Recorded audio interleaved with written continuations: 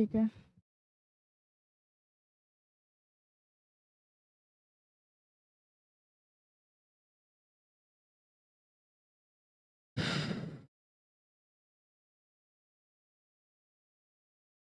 Good afternoon everyone, good afternoon. हाँ भाई, आ गए हैं लाइव।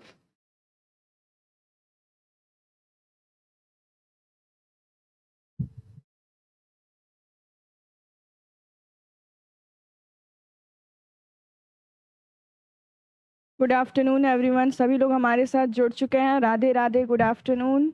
ठीक है, तो आज की इस क्लास में हम बहुत सारे क्वेश्चंस को देखेंगे। ट्रेमेंडस नंबर ऑफ क्वेश्चंस को देख रहे होंगे। कल पेपर है, डर लग रहा है। डरने की बात नहीं है, अभी तक जो किया है उस पर भरोसा रखो। अगर नहीं किया तो फिर भाई उसका कोई गारंटी नहीं, कुछ नहीं हो सकता। लेकिन अभी तक अगर आपने मेहनत की है, बहुत अपना 100% दिया है, तो डरने वाली कोई बात है नहीं। डर लगना ऑब्वियस है, लेकिन ऐसा कुछ नहीं होता। एग्जामिनेशन हॉल में जाके नॉर्मल हो जाओगे। ठीक है, बहुत ही चिल रहना, काम होके अपना पेपर देना, एग्ज़ाम देना। राधे राधे सभी को। ठीक है, कर्म किया है तो फिर अच्छा भाई, दोस्त के घर जाना तुम्हारा ज़रूरी है आज? चलो बाद में रिकॉर्डेड देख लेना, सुंदरम अवस्थी। ठीक है, क्लास को स्टार्ट करते हैं। देखो 120 क्वेश्चन नंबर तक हमने कर लिया था। 121st पे आते हैं। 121st देखो हमारे से क्या कह रहा है। ठीक है, नहीं, 121st नंबर आपसे क्या कह रहा है कि the number of radial nodes. Already हम एटॉमिक स्ट्रक्चर के कुछ क्वेश्चंस किए थे अपने प्रीवियस क्लास में। ठीक है, कुछ क्वेश्चंस किए थे। 120 मार्क्स तक आता है तो मेरा हो जाएगा। हाँ, काफ़ी सेफ साइड हो सूरज चौरसिया, काफ़ी सेफ साइड हो, थोड़ा अच्छे से कर देना, हो जाएगा। ठीक है, चलो। तो यहाँ पे हम ऑलरेडी क्या किए थे, जो हमारे एटॉमिक स्ट्रक्चर है उसके क्वेश्चंस, कुछ क्वेश्चंस किए थे। जैसे हम ऑर्बिटल लेवल के सारे क्वेश्चंस किए थे। यहाँ पे कितना है भाई, यहाँ पे आपका देखने को मिला। अरे भाई देखो, कल आपका क्या है, कल एलयू में आपका बीएससी बायो देखने को मिलेगा। कुछ दिन बाद 10 को आई गेस आपका बीएससी मैथ्स का है। और डीडीयू की बात करें तो यहाँ पे आपका 8 को बीएससी मैथ्स है और 10 को बीएससी बायो है। ठीक है, तो इन सभी चीज़ों को ध्यान में रखते हुए आज की क्लास आपके लिए इम्पोर्टेंट होने वाली है। एमएससी जूलॉजी की अभी नहीं पॉसिबल है बेटा। ठीक है, जूलॉजी की एमएससी के लिए नहीं पॉसिबल है अभी।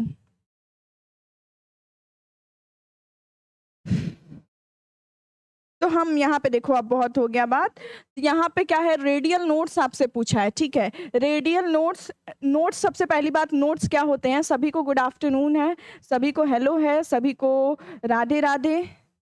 अच्छा हाँ ठीक है, 9 को है, मैं कंफर्म नहीं हूँ, 9 या 10 को ऐसे में ही है। कल से स्टार्ट है और 8 9 10 इसी में एलयू डीडीयू सबका है। ठीक है, ओके।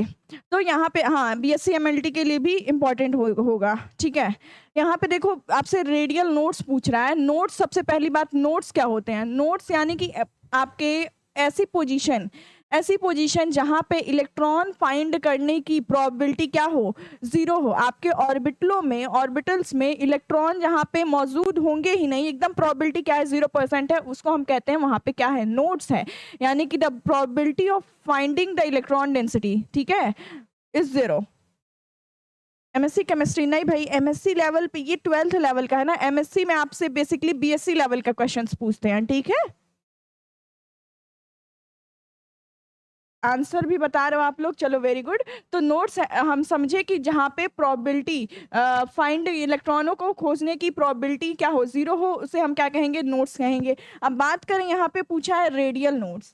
रेडियल नोट्स, हमारे नोट्स कितने टाइप्स के होते हैं? एक होता है हमारे पास रेडियल नोट्स और एक होता है हमारे पास एंगुलर नोट्स। ठीक है, एंगुलर नोट्स।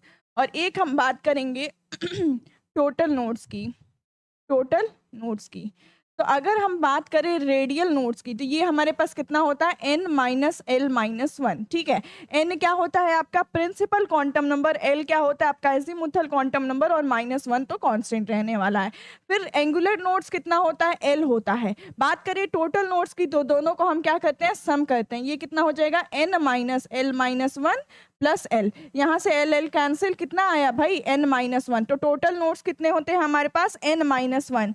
ठीक है, देखो तीनों ऑलमोस्ट बराबर आता है। आपके लिए फिजिक्स केमिस्ट्री, अगर बीएससी मैथ्स से हो तो फिजिक्स केमिस्ट्री और मैथ्स तीनों ऑलमोस्ट बराबर आएगा। ऐसा नहीं कह सकते हैं कि कोई एक पोर्शन जा रहा है, ऐसा कुछ नहीं होता है।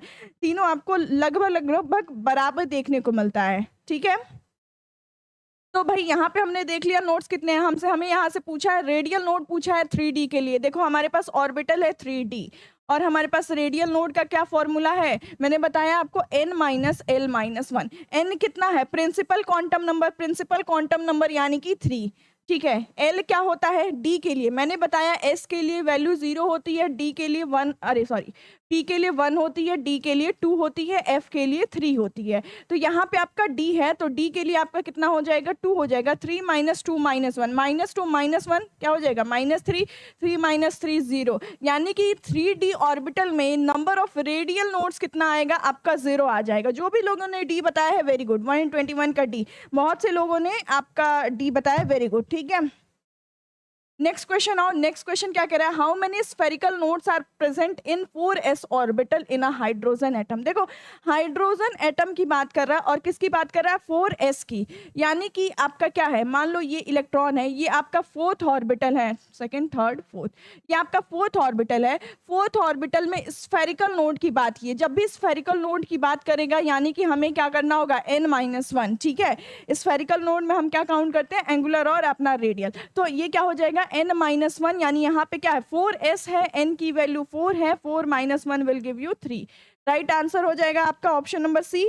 नेक्स्ट क्वेश्चन पे बढ़ते हैं। नेक्स्ट क्वेश्चन क्या कह रहा है हमारा, विच of the following conclusions do not could not be derived from the Rutherford alpha particle, a particle नहीं, alpha particle scattering experiments। कौन सा जो है आपका, कौन सा जो है आपका अल्फा पार्टिकल, रदरफोर्ड ने क्या दिया था, 130 तक लगभग अगर ला देते हो तो वो आपके लिए डीडीयू में बीएससी मैथ्स के लिए बहुत सेफ स्कोर रहेगा, ठीक है।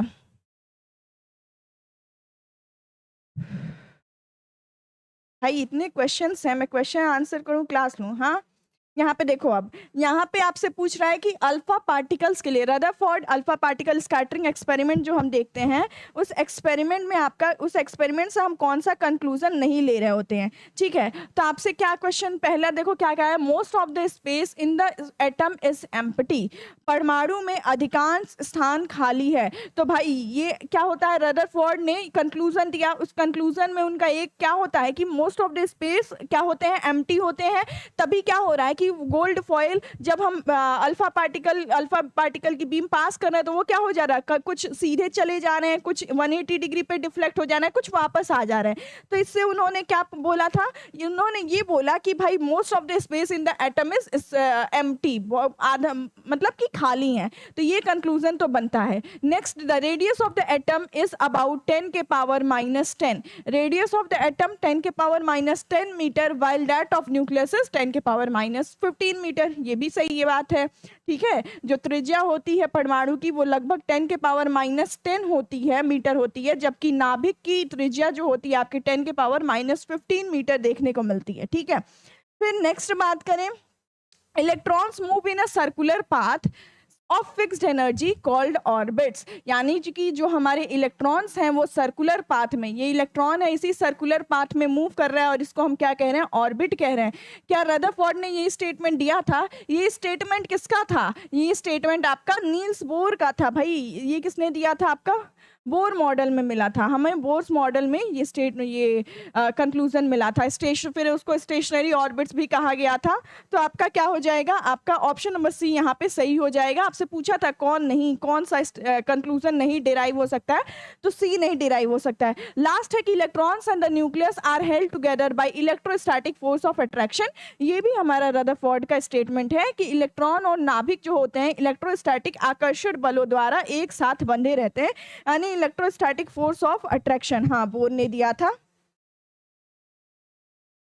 हिंदी वाला दिख नहीं रहा है, छोटा करना पॉसिबल नहीं है बेटा, छोटा करना पॉसिबल नहीं है, दिख तो रहा है, तो दिख रहा होगा। इंग्लिश वाला अगर दिख रहा होगा, दोनों सेम साइज पे लिखा हुआ है। चलो नेक्स्ट क्वेश्चन पे आओ। नेक्स्ट क्वेश्चन कह रहा है which of the following options do not represent ground state electronic configuration of an atom.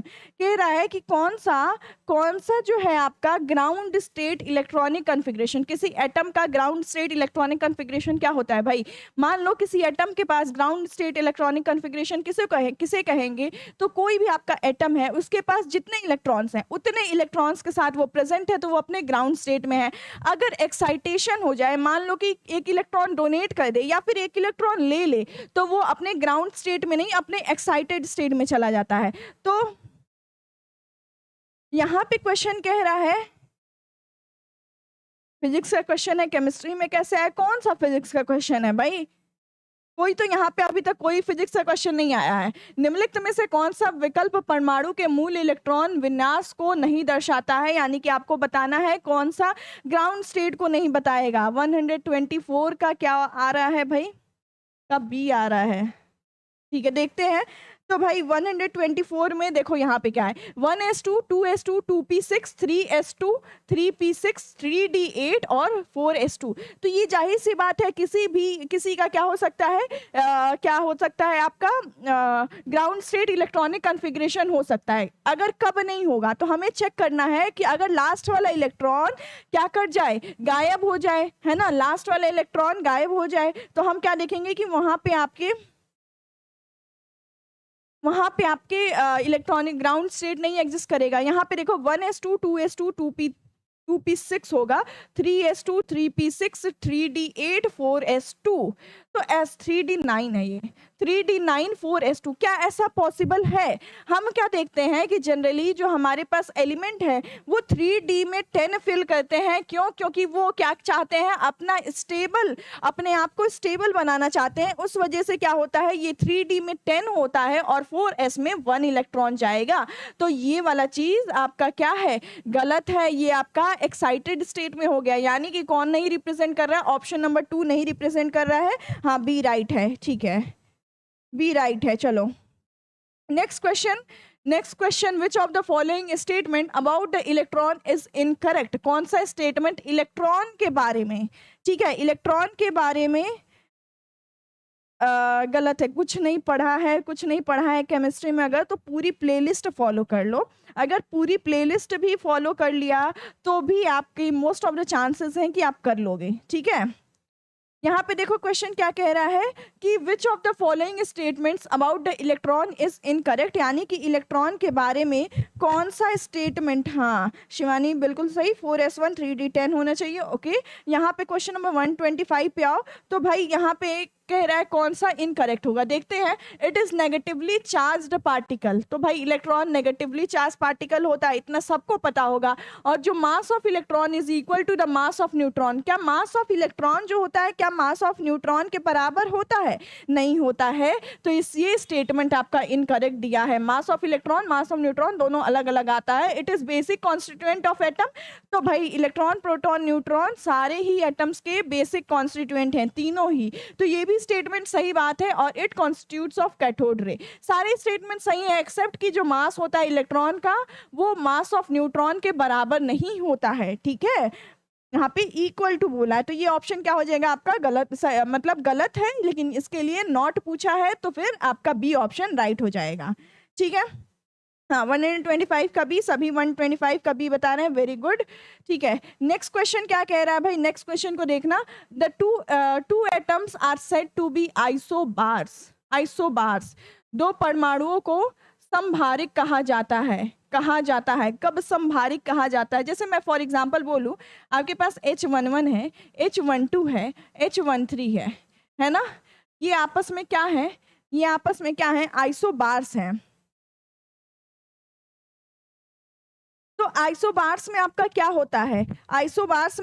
होता है, यही चीज आपसे क्वेश्चन पूछा है, कब किसी को आइसोबार्स कहेंगे। तो देखो भाई इसमें क्या होना चाहिए, जो जो आपके क्या होना चाहिए, जो आपके पास प्रोटॉन्स हैं, जो प्रोटॉन्स हैं और साथ में न्यूट्रॉन्स हैं, ठीक है, प्रोटॉन्स और न्यूट्रॉन्स का जो सम होता है वो सेम होता है दोनों के, सबके केस में प्रोटॉन्स और न्यूट्रॉन्स का जो सम होगा वो सेम होगा, लेकिन नंबर ऑफ प्रोटॉन जो होगा ना, नंबर ऑफ प्रोटॉन होगा, ये क्या होता है, डिफरेंट होता है। ऐसे को हम क्या कहते हैं, आइसोबार्स, आइसोबार्स कहते हैं। क्या होना चाहिए, सबके लिए प्रोटॉन और न्यूट्रॉन का सम सेम होना चाहिए, लेकिन डिफरेंट कहाँ आना चाहिए, जो नंबर ऑफ प्रोटॉन्स होते हैं, ठीक है। तो भाई ऑप्शन क्या राइट हो जाएगा, they have same atomic number, ये तो नहीं होगा, they have same electrons atomic number but different mass numbers.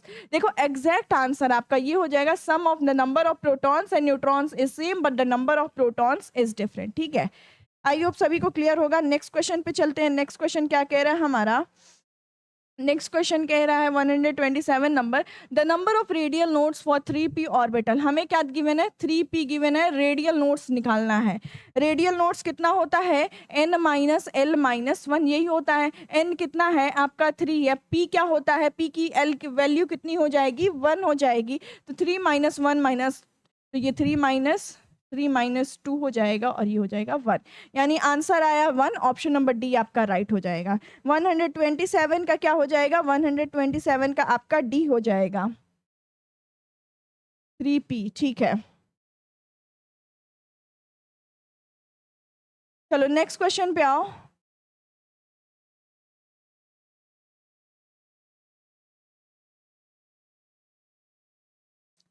Next question क्या कह रहा है, number of angular nodes for 4d orbital is. आपसे क्या पूछ रहा है, एंगुलर नोड्स की बात की है 4d के लिए।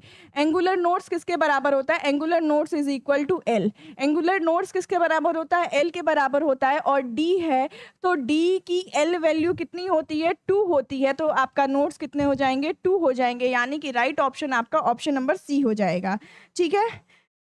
राइट ऑप्शन आपका ऑप्शन नंबर सी हो जाएगा। आई होप सभी को क्लियर है। आंसर्स क्यों नहीं आ रहे हैं भाई, आंसर्स क्यों नहीं आ रहे हैं। नेक्स्ट क्वेश्चन पे आओ। नेक्स्ट क्वेश्चन क्या कह रहा है, 129 number, total number of orbitals associated with the third shell is.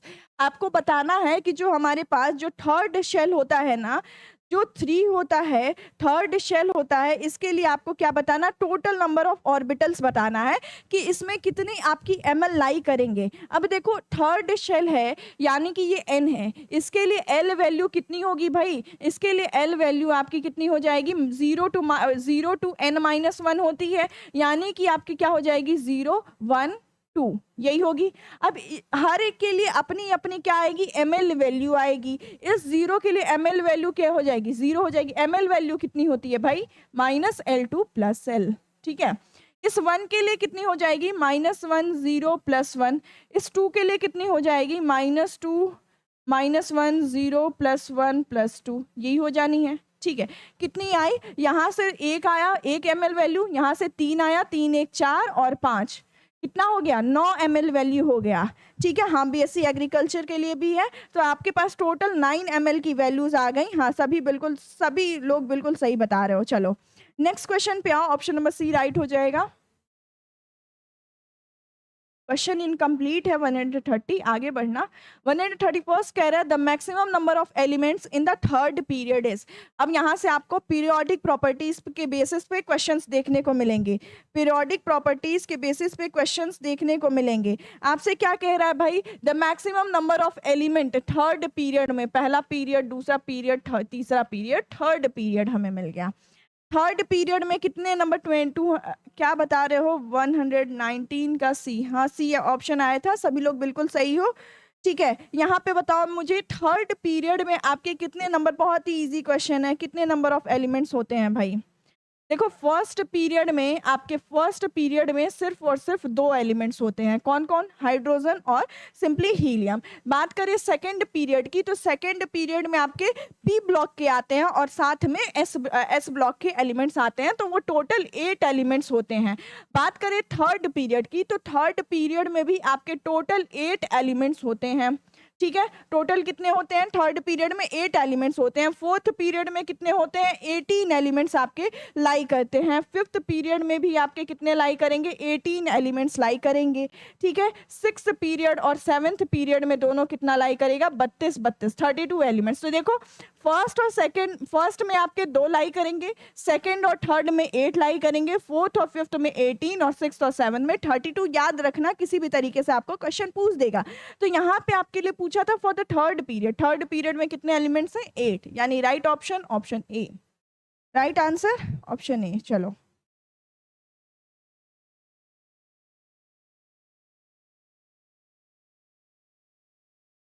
Next question पे आओ।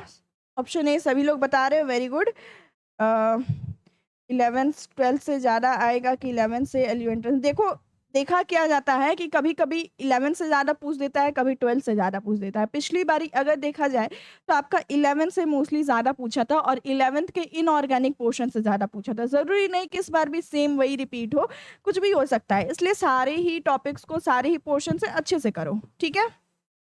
चलो नेक्स्ट क्वेश्चन क्या कह रहा है, which pair of atomic number represents S block element? कौन सा इसमें से पेयर दिया हुआ है? पहला है 7 और 15, 6 और 12 और 9 और 17, 3 और 12, 3 और 12। हाँ, कौन सा आपका एटॉमिक नंबर जो है एस ब्लॉक के एलिमेंट्स? एस ब्लॉक कौन होते हैं? एस ब्लॉक पहला और दूसरा, यही होते हैं ना, पहला और दूसरे वाले, ठीक है। तो भाई क्या हो जाएगा आपका, क्या हो जाएगा आपका एस ब्लॉक के एलिमेंट्स हो जाएंगे। एस ब्लॉक में कौन होता है भाई?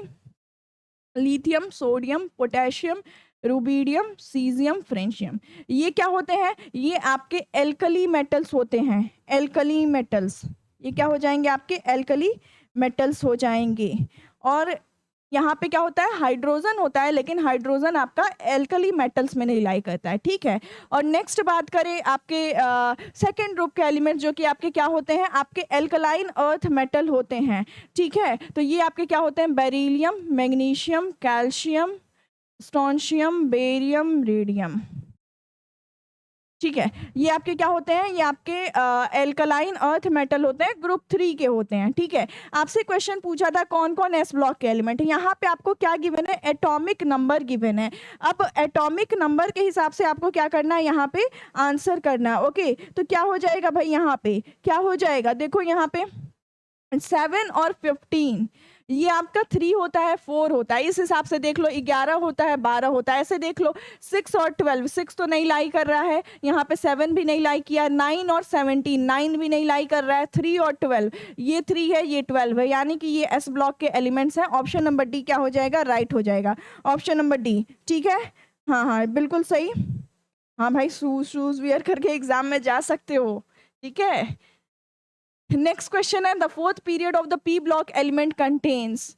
अब मैंने ये क्वेश्चन अभी बताया आपको कि फोर्थ पीरियड की बात करूं तो यहाँ पे फोर्थ पीरियड में कितने एलिमेंट्स होते हैं, मैंने बताया ये कि 18 एलिमेंट्स होते हैं।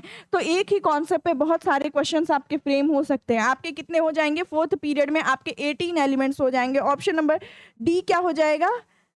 अरे भाई बहुत इजी नहीं है, अगर इतना हो रहा है तो कॉन्ग्रेचुलेशंस, ठीक है, आपका हो जाएगा, ठीक है।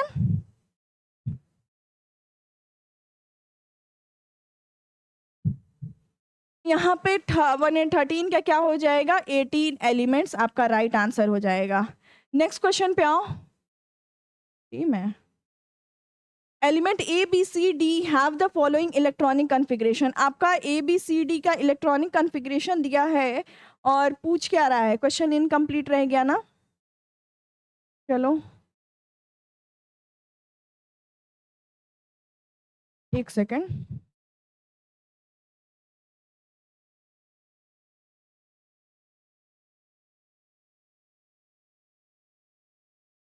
इसको लीव करना, ये भी क्वेश्चन आपका इनकम्प्लीट रह गया है, ठीक है, थोड़ी मिस प्रिंटिंग हो जाती है।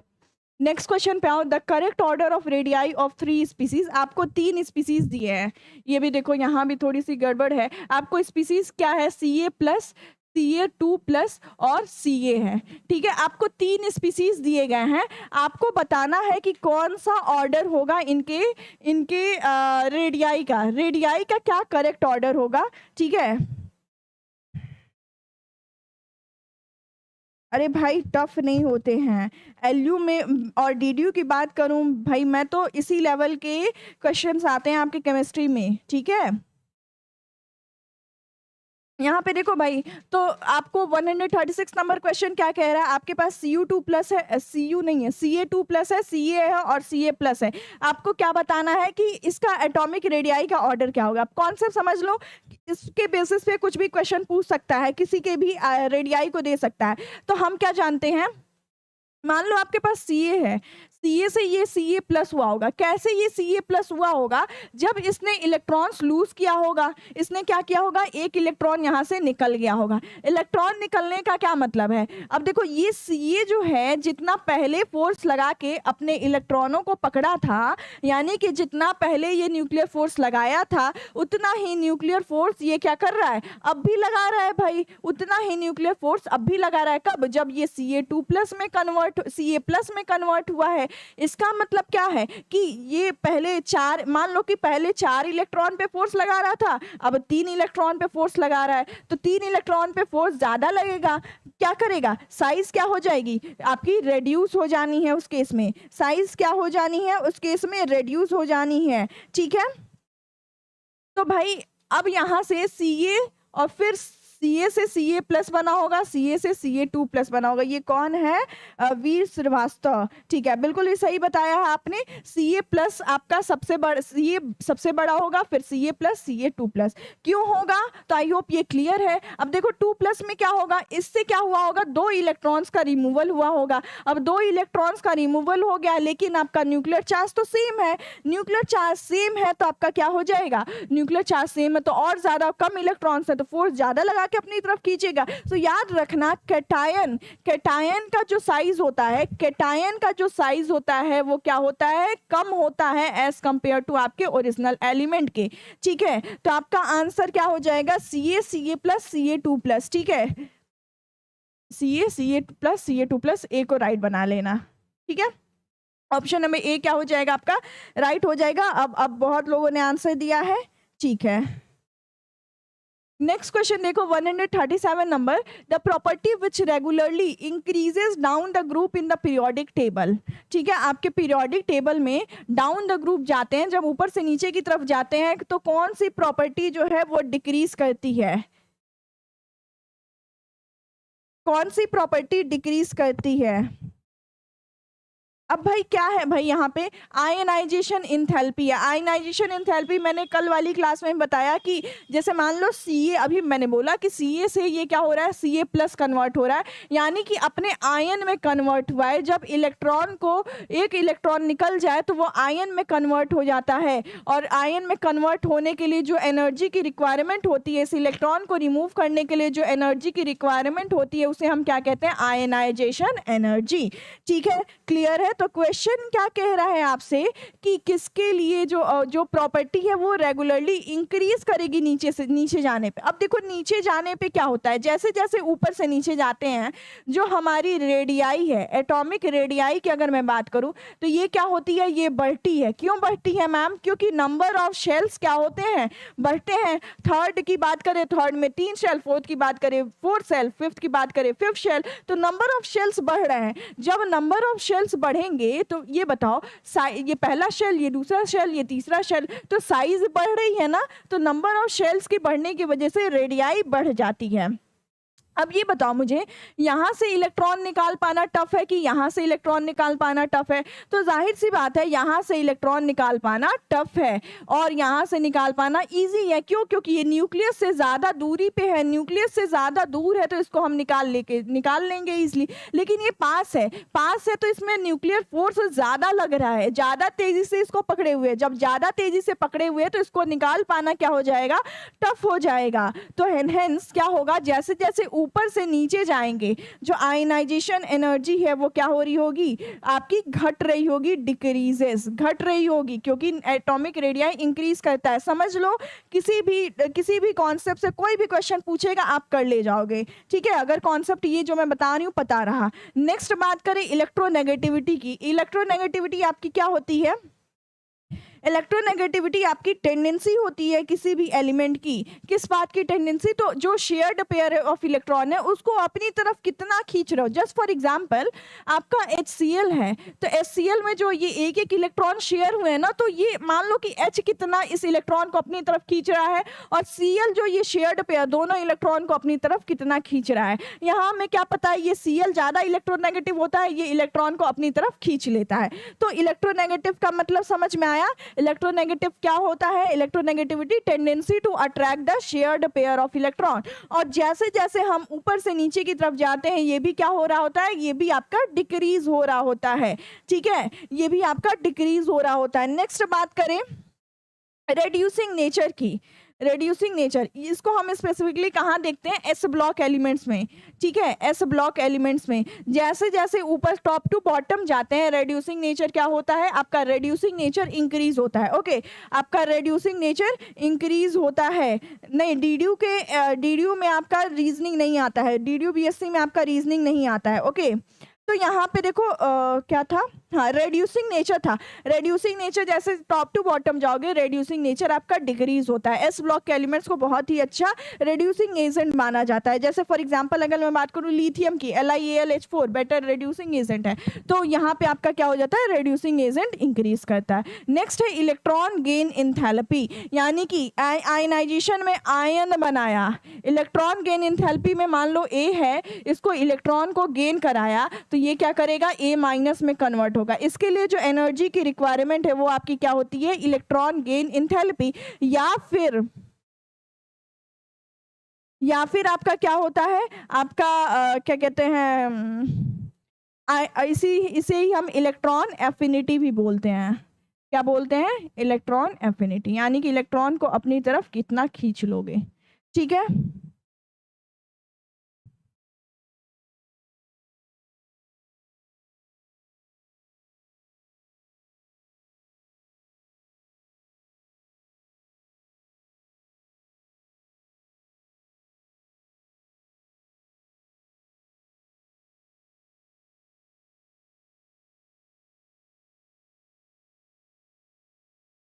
ठीक है, तो यहाँ पे आपकी इलेक्ट्रॉन गेन एंथैल्पी भी आपकी जैसे जैसे डाउन द ग्रुप जाते हैं ये आपकी डिक्रीज होती है, ठीक है, ये डाउन द ग्रुप जाने पे डिक्रीज होगी, यानी कि क्या होगी, वैल्यू कम होने लगेगी।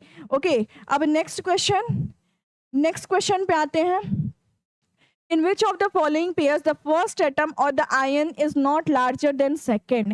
आपसे कह रहा है कि निम्नलिखित में से किस युग्म में पहला परमाणु जो है या फिर आयन जो है दूसरे से बड़ा नहीं है, यानी कि जो पहला आयन होना चाहिए वो बड़ा होना चाहिए, पहला आयन जो होना चाहिए वो क्या होना चाहिए, बड़ा होना चाहिए। अच्छा, इसमें K+ बना लेना, K+, ठीक है, K+। अब K और K+ में आपका कौन बड़ा होगा भाई, K और K+ में आपका कौन बड़ा होगा, तो अभी हम इस बात को डिस्कस किए, जो हमारे एलिमेंट्स होते हैं वो अपने रिस्पेक्टिव कैटायन से क्या होते हैं, उनकी साइज बड़ी होती है, उनकी साइज बड़ी होती है। तो क्या हो जाएगा भाई, ये पहला, इसमें देखो आपसे पूछा है कि नॉट लार्जर देन सेकेंड, यानी कि ये तो बड़ा हो गया। बात करें सल्फर और ऑक्सीजन, सल्फर और ऑक्सीजन में कौन बड़ा होगा, हम क्या जानते हैं, आपका ऑक्सीजन के नीचे सल्फर होता है कहीं, तो सल्फर आपका क्या हो रहा है भाई, आपका एटॉमिक नंबर, मतलब कि नंबर ऑफ शेल सल्फर में बढ़ रहे हैं, क्योंकि हम क्या जानते हैं ऊपर से नीचे जाने पे एटॉमिक रेडियाई जाहिर सी बात है बढ़ती है, तो सल्फर का ज्यादा होगा, यानी कि S और O में सल्फर बड़ा हो गया, तो ये भी ठीक बात है। फिर आपका BrNO, ओके, अब देखो इसको कैसे लोगे, ये आपका क्या है, ये आपका दोनों Br है, इसको ऐसे लिखना Br और Br-। अगर हम इसे कंपेयर करें तो देखो कैटायंस के केस में क्या होता है, एलिमेंट से, ये चीज याद रखना, आपके मेटल से आपका जो M+ बनेगा, ठीक है, इसमें मेटल बड़ा होगा, और यही अगर आपका क्या बन जाए, एनायन बन जाए, एनायन यानी कि M- बन जाए, तो इसमें क्या होगा, इसमें जस्ट उल्टा होगा, आपका एनायन के केस में साइज बड़ी हो जाती है। क्यों बड़ी होती है, मान लो कि किसी के पास पहले 2 इलेक्ट्रॉन्स थे, इस ऑर्बिटल में मान लो कि 2 इलेक्ट्रॉन्स थे, अब इस 2 इलेक्ट्रॉन में दो इलेक्ट्रॉन ना मानो, ये सेकंड ऑर्बिटल है, सेकंड ऑर्बिटल में 2 इलेक्ट्रॉन्स थे। अब मैं क्या करूं, इसको एक और आपको इलेक्ट्रॉन दे दूं। एक और इलेक्ट्रॉन देने की वजह से क्या हो गया कि जो न्यूक्लियर चार्ज सिर्फ और सिर्फ 2 पे लग रहा था वो अब 3 पे लगने लगा। अब 3 पे लगेगा तो पहले तो 2 को इजीली बैलेंस कर ले रहा था, लेकिन 3 अब ज्यादा इलेक्ट्रॉन्स हो गए तो ये क्या करेगा, थोड़ा सा दूरी हो जाएगा, साइज बढ़ जाएगी। तो इसमें गलत कौन सा हो जाएगा, सी वाला, क्योंकि यहाँ पे पहला वाला जो है वो दूसरे वाले से बड़ा नहीं है, ठीक है, दूसरा वाला बड़ा है। एन और ओ की बात करें, नाइट्रोजन और ऑक्सीजन की, तो यहाँ होता है nitrogen oxygen, left to right जाते हैं, तो लेफ्ट टू राइट जाने पे हमें क्या पता है, साइज डिक्रीज होती है, यानी कि नाइट्रोजन बड़ा होगा आपके ऑक्सीजन से। तो ये भी सही बात है। गलत बात कौन है, option number C. Option number C क्या हो जाएगा, आपका राइट आंसर हो जाएगा, राइट आंसर। हाँ, बीकॉम में तो जनरल मैथ्स पूछता है ये भाई। नेक्स्ट क्वेश्चन पे चलो। नेक्स्ट क्वेश्चन क्या कह रहा है, नेक्स्ट क्वेश्चन आपका कह रहा है the family of elements with the highest ionization enthalpy. अब आपसे क्वेश्चन क्या कह रहा है कि ऐसा कौन सा आपका ग्रुप है, आपको एल्कलाइन अर्थ मेटल दिया, एल्कलाइन अर्थ मेटल यानी कि आपका क्या हो गया, ग्रुप 2 वाले हो गए, और आपके हैलोजेंस यानी कि आपके क्लोरीन फ्लोरीन ब्रोमीन वाले हो गए, और नोबल गैसेस यानी कि आपके कौन हो गए, लास्ट वाले, ठीक है, ग्रुप 18 वाले हो गए, एल्कली मेटल्स यानी कि ग्रुप 1 वाले हो गए, ठीक है। तो इसमें से पूछ रहा है किसकी आयनाइजेशन एंथैल्पी सबसे ज्यादा होगी, यानी कि कौन आयंस में, the family with the highest ionization enthalpy, कौन, किसको हमें आयन में कन्वर्ट करने के लिए सबसे ज्यादा एनर्जी देनी पड़ेगी। हाँ, सुंदरम ने बताया है कि नोबल गैसेस, सही बात है भाई, नोबल गैसेस को आयन में कन्वर्ट करने के लिए सबसे ज्यादा एनर्जी की जरूरत होती है। क्यों, क्योंकि वो क्या होते हैं, बहुत ही ज्यादा स्टेबल होते हैं, NH2 NP6 टाइप वाले होते हैं। तो भाई NP6 टाइप के हैं, यानी कि स्टेबल है बहुत ज्यादा, तो स्टेबिलिटी क्या हो गई, स्टेबिलिटी बहुत ज्यादा इंक्रीज हो जाती है इनकी, और स्टेबिलिटी ज्यादा हो गई तो ये क्यों आयन में कन्वर्ट होना चाहेंगे, नहीं होना चाहेंगे। तो भाई आपका क्या हो जाएगा, आपका ऑप्शन नंबर सी सही हो जाएगा, ऑप्शन नंबर सी आपका सही हो जाएगा, सभी लोगों ने बताया है, ठीक है। चलो नेक्स्ट क्वेश्चन है the anion O is iso electronic with, O है, एनायन है, यानी कि O माइनस होगा। आपके क्वेश्चन क्या कह रहा है, अनायन O माइनस।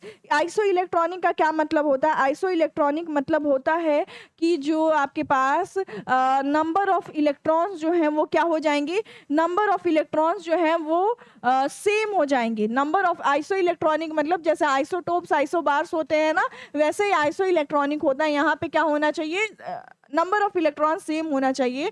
ट्रायन O माइनस में सम इलेक्ट्रॉनिक है रेडायन, ठीक है, रेडायन में आपका सम इलेक्ट्रॉनिक बताना है। अब देखो सम इलेक्ट्रॉनिक यहाँ पे आपका ऑक्सीजन है, इस ऑक्सीजन के पास कितने इलेक्ट्रॉन्स होते हैं, एटॉमिक नंबर 8 है, ठीक है, इसका एटॉमिक नंबर 8 यानी कि 8 इलेक्ट्रॉन, लेकिन माइनस है यानी कि इसने क्या किया होगा, एक ले लिया होगा, एक ले लेने की वजह से इसके पास टोटल नंबर ऑफ इलेक्ट्रॉन्स कितने हो गए, इसके पास 9 इलेक्ट्रॉन्स होंगे। अब चेक कर लेते हैं N2 की बात, N पे 2 माइनस। नाइट्रोजन के पास कितने इलेक्ट्रॉन्स होते हैं भाई, 7 इलेक्ट्रॉन्स होते हैं, और 2 माइनस है यानी कि इसने 2 इलेक्ट्रॉन्स ले लिए होंगे, तो 7 + 2 कितना हो जाएगा, 9 इलेक्ट्रॉन हो जाएगा। तो ये तो N2 के साथ पहला ही ऑप्शन सही आ गया। F माइनस के पास कितने इलेक्ट्रॉन्स होंगे, तो इसके पास 9 होता है, फ्लोरीन का एटॉमिक नंबर 9, और इसने एक और ले लिया होगा तो ये इसके पास 10 इलेक्ट्रॉन्स बैठे होंगे। N3 माइनस की बात करें तो नाइट्रोजन के पास 7 होता है, इसने 3 और ले लिए होंगे, है ना, तो इसके पास 10 इलेक्ट्रॉन्स हो रहे होंगे, और नियॉन के पास, तो आपका क्या आ गया सही answer, O minus iso electronic किसके साथ है, आपका N2 पे माइनस, ठीक है, 7 8 9, ठीक है, राइट आंसर आपका ऑप्शन नंबर ए हो जाएगा, ठीक है, बहुत सही, सभी लोग बिल्कुल सही बता रहे हो, N2, okay, very good. Next question देखो, नेक्स्ट क्वेश्चन है which of the following configuration is expected to have a maximum difference in the second and third ionization enthalpies. निम्नलिखित में से किस विन्यास में द्वितीय एवं तृतीय आयनन एंथैल्पी में अधिकतम अंतर होने की संभावना है? यानी कि किसके सेकंड और थर्ड आयनाइजेशन एंथैल्पी में सबसे ज्यादा डिफरेंस आएगा, किसके में आएगा भाई? तो समझते हैं सेकंड आयनाइजेशन एंथैल्पी क्या होता है। मान लो कि हमारे पास कोई भी मेटल हो, मेटल से ये M+ कन्वर्ट हुआ ना, तो ये वाली एनर्जी क्या हो गई, ये इसकी आयनाइजेशन एंथैल्पी हो गई। अब पहला इलेक्ट्रॉन इसने लूज किया है, इसने क्या किया, ये पहला इलेक्ट्रॉन लूज किया, तो इसको हम आयनाइजेशन एंथैल्पी फर्स्ट बोल देते हैं। अब क्या होगा, ये M+ जो होगा, ये M+ के होगा, एक और इलेक्ट्रॉन लूज करके क्या बनेगा, M2+। तो ये इलेक्ट्रॉन को रिमूव करने के लिए जो एनर्जी लगी होगी उसको हमने बोला आयनाइजेशन एनर्जी 2। नेक्स्ट बात करें M2+ होगा, ये भी इलेक्ट्रॉन लूज कर सकता है, तो ये बनेगा M3+ एक इलेक्ट्रॉन निकला। तो इस इलेक्ट्रॉन को निकालने के लिए जो एनर्जी लगी वो आपका हो गया आयनाइजेशन एनर्जी 3। अब क्वेश्चन क्या कह रहा है भाई, क्वेश्चन क्या कह रहा है कि सेकेंड और थर्ड आयनाइजेशन एंथैल्पी में किसके बीच, किस वाले एलिमेंट के बीच में सबसे ज्यादा डिफरेंस आएगा। ऑर्गेनिक के क्वेश्चंस ऑलरेडी मैं करा चुकी हूँ, पवनेश कुशवाहा, मैं ऑर्गेनिक के क्वेश्चन उगार सीरीज में करा चुकी हूँ, ठीक है। और इसमें भी इस वाले लेक्चर में आपको ऑर्गेनिक नहीं मिलेगा, ऑर्गेनिक का ऑलरेडी 2 लेक्चर में मैंने क्वेश्चन कराया है, ठीक है, वहां पे जाके चेकआउट कर लो। तो यहाँ पे आपसे पूछ रहा है कि फर्स्ट, सेकंड और थर्ड आयनाइजेशन तो कन्वर्ट करते, अगर ये आयन में कन्वर्ट होगा कौन आपका 1s2 2s2 2p2, तो पहले बारी पहला इलेक्ट्रॉन लूज करके क्या बनेगा 1s2 2s2 2p1 बना, ठीक है। दूसरा इलेक्ट्रॉन लूज किया तो ये भी गायब हो गया, यानी कि दूसरा इलेक्ट्रॉन लूज किया तब 2p1 था, तीसरा इलेक्ट्रॉन लूज करेगा तो 2s2 से लूज करेगा। इसका क्या मतलब है, 2s2 ज्यादा स्टेबल है ना, क्योंकि फुल फिल्ड है, s वाला फुल फिल्ड है। अब जब फुल फिल्ड होता है तो आपका उस केस में क्या होता है, फुल फिल्ड होता है तो आपका बहुत ज्यादा एनर्जी लगता है। तो भाई जब 2p1 को निकालना तो हमारे लिए इजी हो गया, लेकिन 2s2 से निकालना हमारे लिए बहुत टफ हो गया, इसलिए सेकेंड और थर्ड आयनाइजेशन एंथैल्पी में ज्यादा डिफरेंस देखने को मिलेगा, ठीक है, यहाँ पे बहुत ज्यादा डिफरेंस देखने को मिलेगा। और ऑप्शन चेक कर ले तो यहाँ देखो, यहाँ पे 3s1 है, ये इलेक्ट्रॉन ये पूरा खत्म हो गया, इसके खत्म होने की वजह से हमारे पास क्या आया, आयनाइजेशन एनर्जी 1 आया। आयनाइजेशन एनर्जी 2 कब आएगा, जब 2p6 से निकलेगा। हालांकि क्या है यहाँ पे 2p6 है तो निकालना बहुत टफ होगा, ठीक है, कोई बात नहीं, हमें तो सेकेंड और थर्ड कन्वर्ट करना है ना। तो जब 2p6 से निकाला इलेक्ट्रॉन तो हमारा सेकेंड आयनाइजेशन एनर्जी, और 2p5 से निकाला तो हमारी थर्ड आयनाइजेशन, तो यहाँ तो ज्यादा डिफरेंस नहीं देखने को मिला, सबसे ज्यादा डिफरेंस यहाँ पे देखने को मिला। फिर यहाँ पे देखो 1s2, सी वाला ऑप्शन क्या कह रहा है आपसे, 1s2 है, 2s2 है, 2p6 है, 3s2 है, ये भी कुछ सिमिलर टाइप है, इसमें भी कोई दिक्कत नहीं आएगा। 1s2 2s2 2p1, अब 2p1 है तो इस 1 को निकाल दिया तो पहला आयनाइजेशन एनर्जी, इस 2 में से एक को निकाला तो ये दूसरी आयनाइजेशन एनर्जी, और 1 बचा है तो तीसरी भी ऑलमोस्ट सेम है सब में, लेकिन सबसे ज्यादा टफ कौन है भाई, सबसे ज्यादा टफ इलेक्ट्रॉन को निकाल पाना सेकेंड और थर्ड आयनाइजेशन एनर्जी में डिफरेंस यहाँ पे ऑप्शन नंबर ए में आ रहा है, ठीक है। तो आपका क्या हो जाएगा, ऑप्शन नंबर ए हो जाएगा, ठीक है।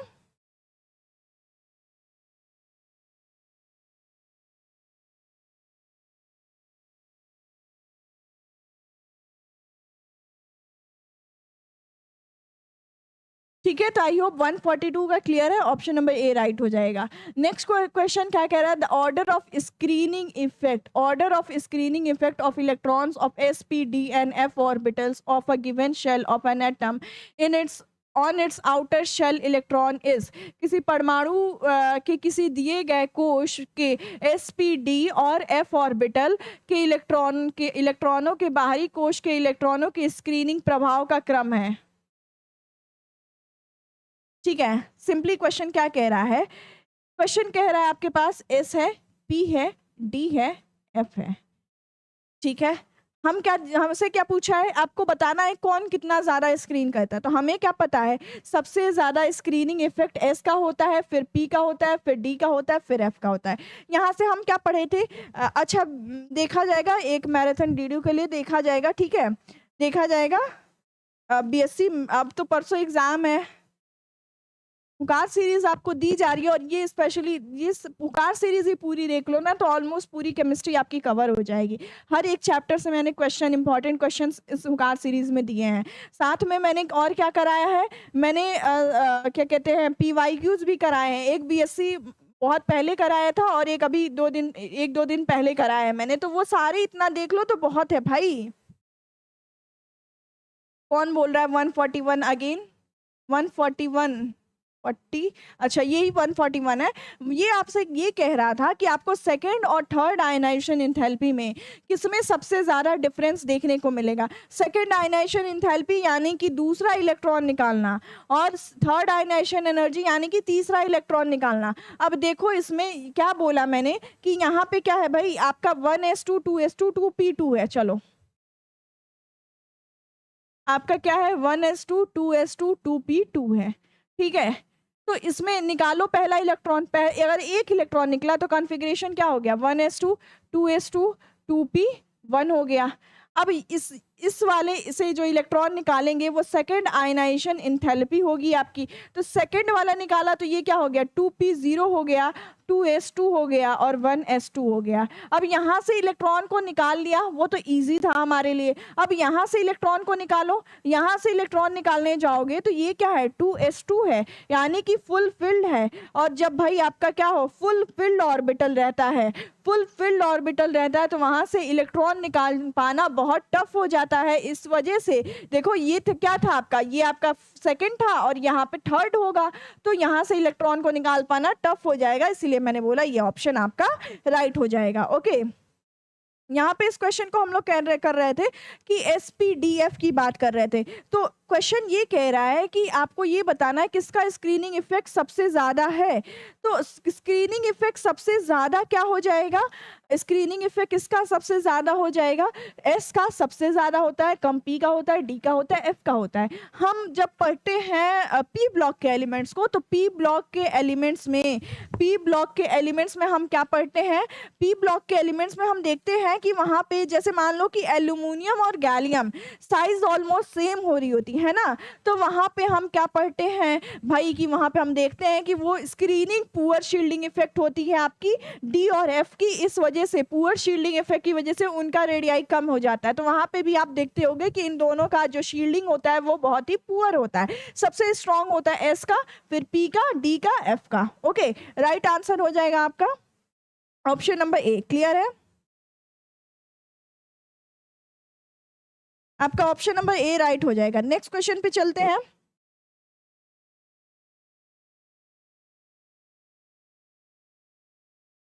कहाँ से क्या पढ़ो, बोलते रही हूँ मैं बार बार, प्लेलिस्ट फॉलो कर लो, पुकार सीरीज की सारी क्लासेस कर लो, बहुत अच्छा कर पाओगे। नेक्स्ट क्वेश्चन देखो, नेक्स्ट क्वेश्चन क्या कह रहा है, ए होगा मैम। ओके, ए ही मार्क किया है, ए होगा। Okay, the first ionization enthalpies of sodium, magnesium, aluminium, silicon in the order. आपको क्या करना है, फर्स्ट आयनाइजेशन एंथैल्पीज का ऑर्डर बताना है। आपका क्या कह रहा है, आपके पास है सोडियम, मैग्नीशियम, एल्यूमिनियम और सिलिकॉन। आपको क्या बताना है, फर्स्ट आयनाइजेशन एनर्जी का ऑर्डर बताना है। अब देखो इसमें क्या है भाई, फर्स्ट आयनाइजेशन एनर्जी की बात करें सोडियम, अच्छा ऊपर से नीचे जाने पे क्या होता है, टॉप टू बॉटम जाते हैं तो आयनाइजेशन एनर्जी हमारी क्या करती है, डिक्रीज करती है, और लेफ्ट टू राइट जाते हैं तो हमारी आयनाइजेशन एनर्जी क्या करती है, इंक्रीज करती है। ठीक है, तो इससे ये सोच सकते हैं कुछ लोग कि क्या होगा, सिलिकॉन, एल्यूमिनियम, मैग्नीशियम ये लगा के चले आओगे, लेकिन एक्चुअल में यहाँ पे एक एक्सेप्शन लाई करता है। ठीक है, क्योंकि यहाँ पे क्या होता है, सोडियम में आपका 1, S में कितने इलेक्ट्रॉन, S वाले में इसमें 1 इलेक्ट्रॉन भरे होते हैं। मैग्नीशियम में क्या होता है भाई, मैग्नीशियम में आपके 2 इलेक्ट्रॉन्स भरे होते हैं। ठीक है, अब ये आपका 3s1 भरा होगा, ये आपका 3s2 भरा होगा, क्योंकि ये दोनों क्या है, S ब्लॉक के एलिमेंट है। अब एल्यूमिनियम और सिलिकॉन क्या है, आपके P ब्लॉक के एलिमेंट हैं, और जो आपका एल्यूमिनियम होता है ये क्या होता है आपका, ये आपका क्या होता है भाई, 3p1 होता है और सिलिकॉन भी आपका सिमिलरली 3p2 हो जाएगा। तो इसमें फर्क कहाँ पे आया, ये देखो ये 3s2 है भाई, यानी कि ये क्या है, फुलफिल्ड है, यानी कि यहाँ से इलेक्ट्रॉन को निकाल पाना बहुत ज़्यादा टफ हो जाएगा, इलेक्ट्रॉन को निकाल पाना बहुत ज़्यादा टफ हो जाएगा। किसमें, मैग्नीशियम से इलेक्ट्रॉन को निकाल पाना टफ हो जाएगा, यानी कि ये स्टेबल नोबल गैस कॉन्फ़िगरेशन है। तो इस वजह से जो एल्यूमिनियम होगा वो रेगुलर ट्रेंड नहीं फॉलो करेगा, मैग्नीशियम क्या करेगा, मैग्नीशियम क्या कहते हैं आपके एक्सेप्शन में लाई करता है। तो सबसे ज़्यादा किसका हुआ, सोडियम का तो सबसे कम हो गया, फिर आपका मैग्नीशियम, सोडियम से ज़्यादा मैग्नीशियम का, लेकिन एल्यूमिनियम से भी ज़्यादा मैग्नीशियम का है ना, एल्यूमिनियम से भी ज़्यादा मैग्नीशियम का है, क्योंकि ये 3s2 है, स्टेबल है, इलेक्ट्रॉन निकाल पाना टफ है। और फिर आपका कौन है, फिर आपका एल्यूमिनियम से ज़्यादा सिलिकॉन का है। ये राइट ऑर्डर होगा, ठीक है। कौन सा ऑप्शन, ऑप्शन ए आपका राइट हो जाएगा, ठीक है, क्लियर है, ऑप्शन ए आपका राइट हो जाएगा। अगर क्लास अच्छी लग रही है तो भाई लाइक वाइक कर दो, ठीक है, और कोई चांस तो नहीं लग रहा है आपसे लाइक वाइक करने का, लाइक तो कर ही सकते हो। 144 नंबर देखो, the statement that is not correct for the periodic classification of elements. जो हमारे क्या होता है, पीरियोडिक क्लासिफिकेशन होता है, पीरियोडिक क्लासिफिकेशन होता है, उसमें कौन सा स्टेटमेंट नहीं अकाउंट करता आपके पीरियोडिक क्लासिफिकेशन में। भाई सी कहाँ से, पिछले का सी कौन बता रहा है, देखो यही वाला ट्रेंड तुम लोग बता रहे हो, लेकिन ये ट्रेंड क्या होता है, जब इलेक्ट्रॉनिक कॉन्फ़िगरेशन देखोगे तो यहाँ पे आपका मैग्नीशियम है और मैग्नीशियम 3s2 होता है, ज़्यादा स्टेबल होता है, इस वजह से वहाँ से इलेक्ट्रॉन निकाल पाना टफ है। मैम ओल्ड कैंपस कहाँ है एलयू का,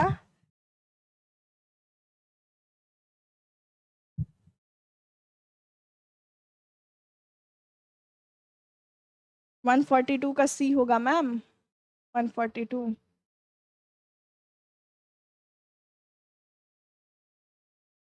141 था ये 142 था, इसका सी कैसे होगा, एस होगा ना आपका, फिर पी होगा, फिर डी होगा, फिर एफ होगा, ठीक है, एस होगा, फिर पी होगा, फिर डी होगा, फिर एफ होगा। हाँ बीएससी मैथ्स वाले देख सकते हैं। आओ इस क्वेश्चन पे आओ,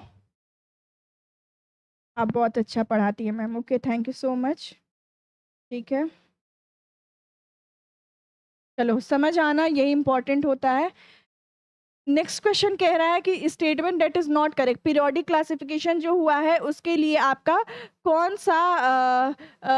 सा जो है वो क्लासिफिकेशन नहीं करेक्ट है, ठीक है, तो कौन सा नहीं करेक्ट है बताओ मुझे। पहला ऑप्शन क्या कह रहा है आपका, the properties of the elements are the periodic function of their atomic number, सही बात है, जो एलिमेंट की प्रॉपर्टी होती हैं वो किसके बेसिस पे होती हैं, वो उनके एटॉमिक नंबर्स के बेसिस पे होती हैं। नेक्स्ट क्वेश्चन कह रहा है, नेक्स्ट स्टेटमेंट कह रहा है कि non metallic characters are less in number than metallic character, ये भी बात सही है भाई, नॉन मेटेलिक कैरेक्टर कम होते हैं, पूरे ज़्यादातर डी ब्लॉक एस ब्लॉक क्या है सारे मेटल्स हैं, नॉन मेटल्स तो बहुत कम है। नेक्स्ट क्वेश्चन कह रहा है कि for transition elements the 3d orbitals are filled with electrons for after 3p orbitals before 4s orbitals, ध्यान से समझना क्या कह रहा है, किसी संक्रमण तत्व के लिए 3d कक्षक 3p कक्षक के बाद, ठीक है, और तथा 4s कक्षक से पहले इलेक्ट्रॉन से भरे होते हैं। क्या ये बात सही है, क्या 3d जो ऑर्बिटल है आफ्टर 3p के पहले बाद भरता है and before 4s orbital, and 4s orbital, ऐसा कुछ कंडीशन लाई करता है क्या, बिफोर 4s ऑर्बिटल, ऐसा कंडीशन नहीं लाई करता है, यानी कि कौन सा इनकरेक्ट स्टेटमेंट दिया है, नॉट करेक्ट कौन सा हो जाएगा आपका, option number C, option number C right हो जाएगा फॉर क्वेश्चन नंबर 144, ठीक है, for question number 144।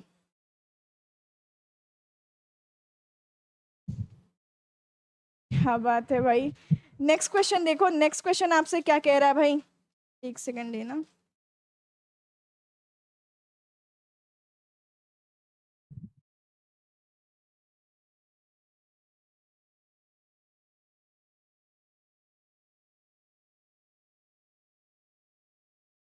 Next question है among halogens the correct order of amount of release energy released in electron gain, यानी कि आपको हेलोजेंस के लिए जो इलेक्ट्रॉन गेन एनर्जी होती है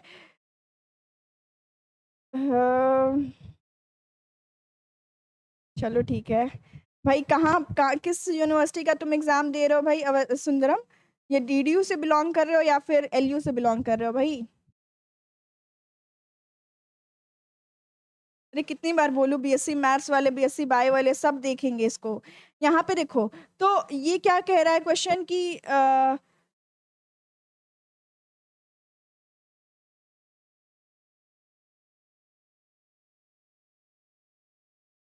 हाँ बाबा, बीएससी मैथ्स एंट्रेंस वाले देख सकते हैं, कितनी बारी पूछोगे। 145 का बी आंसर आया। चलो ठीक है, यानी कि फ्लोरीन, क्लोरीन, ब्रोमीन, आयोडीन। ये बता रहा है कि कल वाली जो क्लास हुई थी वो किसी ने अच्छे से नहीं देखी या फिर देखी ही नहीं है, ये बता रहा है। ठीक है, क्योंकि सभी लोग क्या कर रहे हो, बी आंसर दे रहे हो, कुछ लोग ए भी दे रहे हैं, कुछ लोग ए भी दे रहे हैं। जो लोग ए दे रहे हैं, क्या कहा है, among the halogens the correct order of amount of energy released in electron gain is, यानी कि यहाँ पे इलेक्ट्रॉन को गेन करने के लिए जो एनर्जी रिलीज हुई है, ठीक है। तो इसमें क्या है भाई, इसमें आपको देखो इलेक्ट्रॉन गेन एनर्जी के बारे में बात की है, तो इसमें क्या होता है, कल वाली क्लास में ही जो पीवाईक्यू किया है, पीवाईक्यू किया, ओके विनय बिहार के बेतिया से, ओके बहुत दूर दूर से लोग देख रहे हो, चलो कोई बात नहीं। तो भाई यहाँ पे क्या होगा, मैंने बताया था कल के ही क्लास में पीवाईक्यू सॉल्व करते टाइम ही, कि जो आपका इलेक्ट्रॉन गेन करने की बात है ना, यानी कि अपने अंदर और इलेक्ट्रॉन लेने की बात है, तो मैंने बोला था सबसे ज़्यादा आपका क्लोरीन का होता है, सबसे ज़्यादा क्लोरीन का होता है। ये फ्लोरीन जो है ना, फ्लोरीन का कम होता है। क्यों कम होता है? क्योंकि आपके पास जो फ्लोरीन है उसमें क्या है, फ्लोरीन तो एक खुद छोटा एलिमेंट है, बहुत छोटा सा है, और फ्लोरीन छोटा है तो उसमें क्या होगा, फ्लोरीन छोटा है तो वहां पे इलेक्ट्रॉन गेन करने में उसको दिक्कत आएगी, क्योंकि क्या होगा, इलेक्ट्रॉन इलेक्ट्रॉनों के बीच में रिपल्शन देखने को मिलेगा, इलेक्ट्रॉन इलेक्ट्रॉन रिपल्शन होगा, और जिस वजह से क्या होगा भाई, इलेक्ट्रॉन इलेक्ट्रॉन रिपल्शन की वजह से यहाँ पे फ्लोरीन का जो इलेक्ट्रॉन गेन होता है वो कम हो जाता है एज कंपेयर टू क्लोरीन, और बाकी सारे वही ट्रेंड फॉलो करेंगे। लेकिन अगर यहाँ पे देखो तो फ्लोरीन क्लोरीन, क्लोरीन का ज्यादा, ब्रोमीन का ज्यादा, आयोडीन का, ये ट्रेंड फॉलो होगा। ये क्वेश्चन कल वाली पीवाईक्यू क्लास में मैंने कराया था, ठीक है। कोई सही आंसर नहीं बताया, सबने ए और बी बताया, जो कि दोनों ही गलत है, ठीक है। अच्छा, ऑप्शन नहीं दिख रहा था। अब क्वेश्चन पढ़िए मैम, एक बार ए होगा, आप क्वेश्चन पढ़ो और कॉन्सेप्ट के अकॉर्डिंग लगाओ तो सी आंसर होगा। मैंने बताया क्यों, क्योंकि फ्लोरीन में क्या होता है भाई, फ्लोरीन में आपका क्या हो जाता है, उसका साइज की वजह से वो इलेक्ट्रॉन्स को एक्सेप्ट नहीं करता है, वो इलेक्ट्रॉन्स को एक्सेप्ट नहीं करता, ये एक्सेप्शन बनता है आपका, ठीक है। एक्सेप्शन से ही क्वेश्चन केमिस्ट्री में पूछे जाते हैं। The period in the long form of the periodic table is equal to, period number किसके बराबर होता है, मान लो हम कहते हैं ये फर्स्ट पीरियड का एलिमेंट है, ये सेकेंड पीरियड का एलिमेंट है, तो किस बेसिस पे फर्स्ट पीरियड सेकेंड पीरियड कहते हैं? ठीक है भाई, मुझे पता चल गया, अच्छा पढ़ाती हूँ, ठीक है, थैंक यू सनी। तो किस बेसिस पे हम क्लासिफाई करते हैं कि ये फर्स्ट पीरियड का है कि सेकंड पीरियड का है, तो हम वहां पे देखते हैं कि जो लास्ट वाला इलेक्ट्रॉन किस में भर रहा है ना, लास्ट वाला इलेक्ट्रॉन जिस शेल में जा रहा है उसको हम उस पीरियड का एलिमेंट डाल देते हैं, ठीक है। चलो देखो यहाँ पे मैग्नेटिक क्वांटम नंबर, अच्छा, और जो लास्ट वाला, मान लो कि इसमें पहला इलेक्ट्रॉन मान लो कोई 1s का है, तो उसको हम क्या कहें, उसके लास्ट इलेक्ट्रॉन 1s में जा रहे हैं, इसमें क्या कहेंगे, लास्ट इलेक्ट्रॉन 2s में जा रहे हैं। ये 1 2 क्या होता है भाई, ये इसका प्रिंसिपल क्वांटम नंबर यानी n होता है, ठीक है। वो उसका क्या होता है, प्रिंसिपल क्वांटम नंबर n होता है। नहीं, बीसीए वाले नहीं, बीसीए वाले नहीं देखेंगे ये, तो आपको क्या बताना है कि ये किसके बराबर होता है, तो मैग्नेटिक क्वांटम नंबर के बराबर तो होता नहीं है। नेक्स्ट बात, एटॉमिक नंबर ऑफ एलिमेंट, तो किसी एक एलिमेंट, किसी एक पर्टिकुलर एलिमेंट के एटॉमिक नंबर के बराबर भी नहीं होता है। फिर नेक्स्ट कह रहा है कि maximum principal quantum number of any element in the period, ये तो मैक्सिमम जो प्रिंसिपल क्वांटम नंबर होता है सबसे ज्यादा, मान लो कि किसी एक में क्या हो रहा है, 3s भी भर रहा है और 4s भी फिल हो रहा है, तो इसमें जो मैक्सिमम वाला जो है ना, मैक्सिमम वाला जो है उसी पे डिपेंड करेगा, उसी पे डिपेंड करेगा, यानी कि maximum principal quantum number of any electron in the period. Next है आपका मैक्सिमम एजीमुथल क्वांटम नंबर, यानी कि एल की वैल्यू एस पी के अकॉर्डिंग तो नहीं होता है। एसपी के अकॉर्डिंग हम क्या करते हैं, एसपी के अकॉर्डिंग हम ब्लॉक्स क्लासिफाई करते हैं, ना कि आपका ऊपर से नीचे जो पीरियड्स हैं उसको क्लासिफाई नहीं करते हैं, ठीक है। तो यहाँ पे सी हो जाएगा। चलो सी बताया है सभी लोगों ने, बिल्कुल सही है।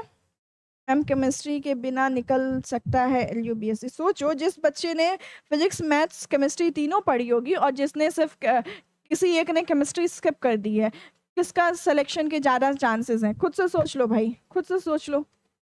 नेक्स्ट क्वेश्चन 147 कह रहा है the element in which electrons are progressively filled in the 4f orbital are called. ठीक है, आपका क्या होना चाहिए 4f ऑर्बिटल में, ऐसा बताओ ऐसे एलिमेंट जो कि कहाँ हो रहा है 4f के बाद फिलिंग हो रही हो, यानी कि ये कहाँ का है, f ब्लॉक का है। f ब्लॉक में कौन कौन होते हैं, या तो लेंथेनाइट्स होते हैं, या तो आपके लेंथेनाइट्स होंगे, या तो आपके एक्टिनाइट्स होंगे, ठीक है, या तो आपके एक्टिनाइट्स होंगे।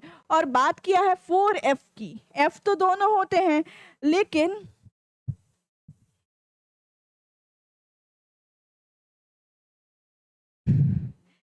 यहाँ पे क्या है भाई, यहाँ पे आपका क्या है 4f है, तो 4f में जब भरता है तो वहाँ पे आपके क्या होते हैं, लेंथेनाइट्स होते हैं। 4f में आपके कौन आते हैं, लेंथेनाइट्स होते हैं, और 5th वाले में आपके एक्टिनाइट्स होंगे। तो यहाँ पे आपका राइट आंसर हो जाएगा ऑप्शन नंबर सी, लेंथेनाइट्स।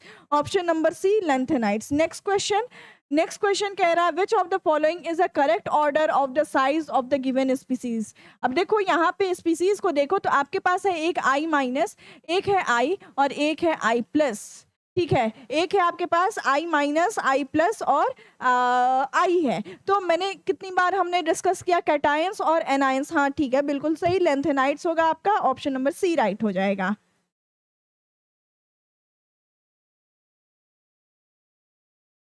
तो यहाँ पे देखो, यहाँ पे क्या कह रहा है, कैटायंस और एनायंस की साइज की बात की है। तो कैटायंस और एनायंस हम क्या जानते हैं, हमेशा जो एनायन होता है वो सबसे बड़ा होता है और कैटायन एलिमेंट के कंपैरिजन में छोटा होता है और एनायन एलिमेंट के कंपैरिजन में बड़ा होता है। क्यों बड़ा होता है ये कॉन्सेप्ट मैंने समझा रखा है। तो I माइनस और I plus, I minus I plus, option number D आपका क्या हो जाएगा, राइट हो जाएगा। हाँ डी, वेरी गुड, 148 का डी, सभी लोग सही बता रहे हो, ठीक है। नेक्स्ट क्वेश्चन देखो, electronic configuration of 4 elements A B C D are given. आपको 4 एलिमेंट्स के इलेक्ट्रॉनिक कॉन्फ़िगरेशन गिवन है, आपको क्या बताना है। देखो इसमें क्या था ना क्वेश्चन, ये क्वेश्चन था कि किसके पास सबसे ज़्यादा maximum tendency to gain electrons, ये बताओ क्वेश्चन क्या होगा। यानी कि 4 तत्व दिए हैं A B C D, इसमें से सबसे ज्यादा टेंडेंसी इलेक्ट्रॉन को गेन करने की, सबसे ज्यादा टेंडेंसी किसकी होगी, यहाँ पे बताओ मुझे सबसे ज्यादा मैक्सिमम टेंडेंसी किसकी होगी। पहला है आपका 1s2 2s2 2p6, ये क्या है, बहुत ही ज्यादा स्टेबल है क्योंकि 2p में क्या है 6 है, 2p6 मतलब कि या तो फुल फिल्ड हो या तो हाफ फिल्ड हो, या तो फुल फिल्ड हो या तो हाफ फिल्ड हो। इस केस में क्या होगा, टेंडेंसी आपकी बिल्कुल रहेगी नहीं इलेक्ट्रॉन की, क्योंकि वो क्या है, वो बहुत ज़्यादा स्टेबल है। फिर बात करें 1s2 2s2 2p4, आपको क्या बताना था, मैक्सिमम टेंडेंसी, ठीक है, 1s2 2s2 2p4। अब ये भी क्या होगा, इसमें उतनी ज़्यादा टेंडेंसी नहीं देखने को मिलेगी, क्यों, क्योंकि ये क्या हो जाएगा, इसको एक इलेक्ट्रॉन देंगे तो 2p5 बनेगा, इसको एक इलेक्ट्रॉन दे लो, इसको एक इलेक्ट्रॉन दे लो, इसको एक इलेक्ट्रॉन देते ये क्या बन जाएगा, इसमें 3s2 बन जाएगा। यानी कि एक इलेक्ट्रॉन लेते ही ये एक स्टेबल हो गया, तो सबसे ज़्यादा टेंडेंसी यही शो करेगा।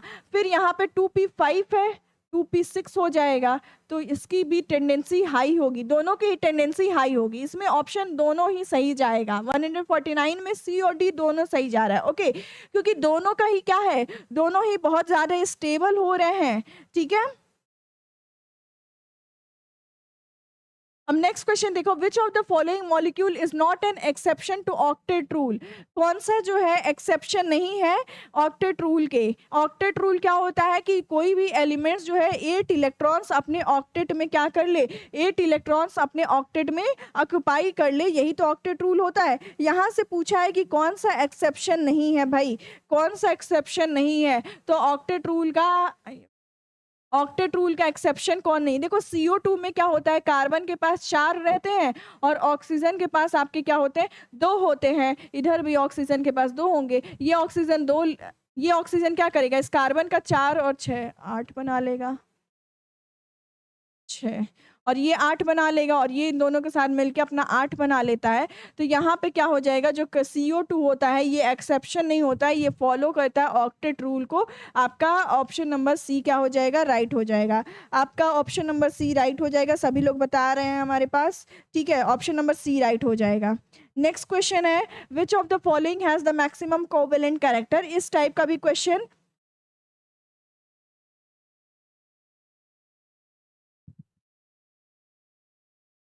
इस टाइप, हाँ भाई, exception is equal to chemistry.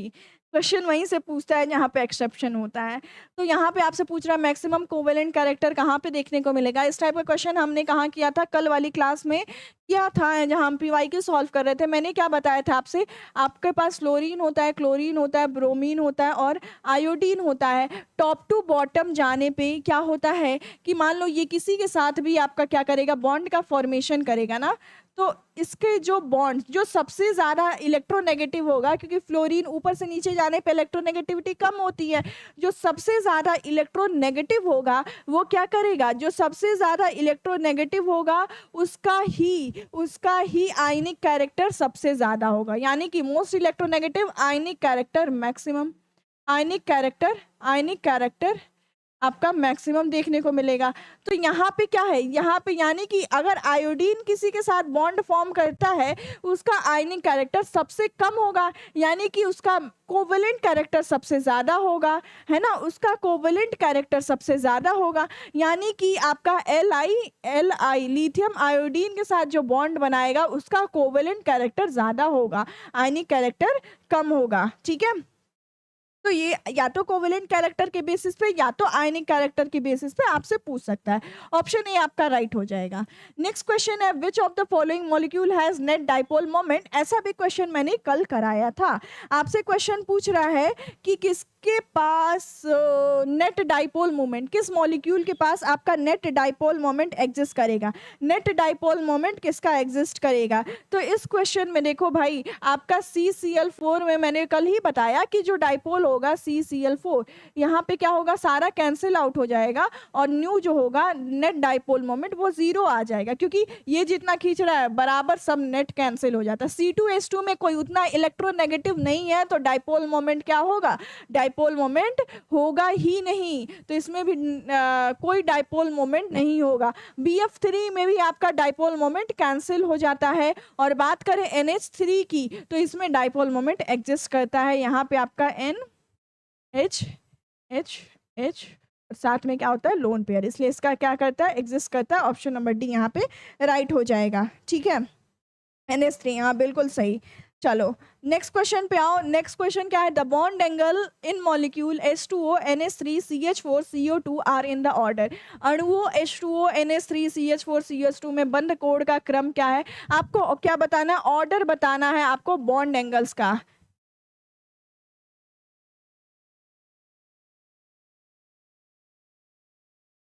अब देखो यहाँ पे क्या है, यहाँ पे आपका H2O है, NH3 है और CH4 है और CO2 है। CO2 सबको पता है कि क्या होता है, CO2 का स्ट्रक्चर यही तो होता है, यानी कि ये लीनियर होता है, 180 डिग्री बनाएगा, 180 डिग्री के लगभग बनाएगा। CH4 क्या होता है, CH4 टेट्राहेड्रल होता है ना, तो ये क्या बनाता है, 109.5 डिग्री ये बनाता है, 109.5 डिग्री। NH3 क्या होता है, इसमें एक लोन पेयर ऑफ इलेक्ट्रॉन होता है H, इसका क्या हो जाएगा, ये 107 डिग्री के आसपास बनाता है। और H2 में क्या होता है भाई, OH, और यहाँ पे क्या होंगे, 2 लोन पेयर ऑफ इलेक्ट्रॉन होंगे, तो ये 105 डिग्री के आसपास आपका शो करता है। तो सबसे ज़्यादा इसको अरेंज करना है, सबसे ज़्यादा किसका है, CO2 का है, फिर आपका CH4 का है, फिर NH3 का है, फिर H2O का है।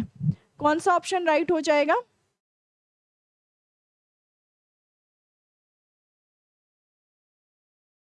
आपका ऑप्शन नंबर सी राइट हो जाएगा। H2O सबसे कम, फिर NH3 लाई कर रहा है, फिर CH4 और फिर CO3। Option number C right हो जाएगा। नेक्स्ट क्वेश्चन की बात करें, नेक्स्ट क्वेश्चन क्या कह रहा है, 150 का 53 का सी, बहुत सही, बिल्कुल सही बता रहे हो सभी लोग। Next question, the hybridization of C involved in acetylene is, acetylene क्या होता है भाई, C H triple bond C H, ये आपका एसिटाइलिन होता है। इसमें आपसे हाइब्रिडाइजेशन पूछा है, संकरण कितना होगा। हाइब्रिडाइजेशन के लिए मैं हमेशा बोलती हूँ यहाँ पे z निकालने के लिए, z इज इक्वल टू क्या होता है, सारे बॉन्ड पेयर्स। अब देखो यहाँ पे कोई लोन पेयर नहीं है, bond pair plus lone pair करना होता है, यहाँ लोन पेयर तो है नहीं। बॉन्ड पेयर की बात करें तो यहाँ पे ट्रिपल बॉन्ड बना है सी और सी के बीच में, हमेशा या तो डबल बॉन्ड हो या तो ट्रिपल बॉन्ड हो, उसको एक काउंट करना, एक बॉन्ड पेयर काउंट करना, तो ये क्या हो जाएगा, बॉन्ड पेयर एक। और नेक्स्ट बात करें सी का, एच के साथ कितना बना है, एच के साथ एक बॉन्ड पेयर इसके साथ भी तो बनाया है, यानी 1 + 1 कितना आ गया, 2 आ गया। स्टेरिक नंबर अगर 2 आए तो हाइब्रिडाइजेशन sp होगा, 3 आए तो sp2 होगा, 4 आए तो sp3 होगा, और ऐसे ही चलता जाएगा। नेक्स्ट sp3d, ये sp2 होगा, ये sp3 होगा, ठीक है। तो यहाँ पे 2 आया है, इसका हाइब्रिडाइजेशन क्या हो जाएगा, sp हो जाएगा। वैसे बहुत लोगों को एसिटाइलिन का सीधे पता भी होगा कि ट्रिपल बॉन्ड में sp हाइब्रिडाइजेशन होता है, ठीक है। ट्रिपल बॉन्ड में 2 सिग्मा 1 पाई, उससे नहीं मतलब है। आप ये ध्यान देना कि हमें क्या देखना है, हमें ये देखना है कि हम ट्रिपल बॉन्ड हो या फिर सिंगल बॉन्ड हो, अरे डबल बॉन्ड हो, उसको हम बॉन्ड पेयर में एज अ सिंगल काउंट करेंगे। सभी लोग बहुत ही तेजी से सही आंसर बता रहे हो, sp sp, okay very good. Next question की बात करें, नेक्स्ट क्वेश्चन कह रहा है which of the following hybridization the bond angle is maximum, निम्नलिखित में से किन का संकरण में बंद कोण अधिकतम है। बॉन्ड एंगल जो है सबसे मैक्सिमम कहाँ पे है, 8 तारीख के लिए अपना ब्रेन उधार दे दीजिए। हाँ, मैं ही ना लिख दूँ आपका पेपर।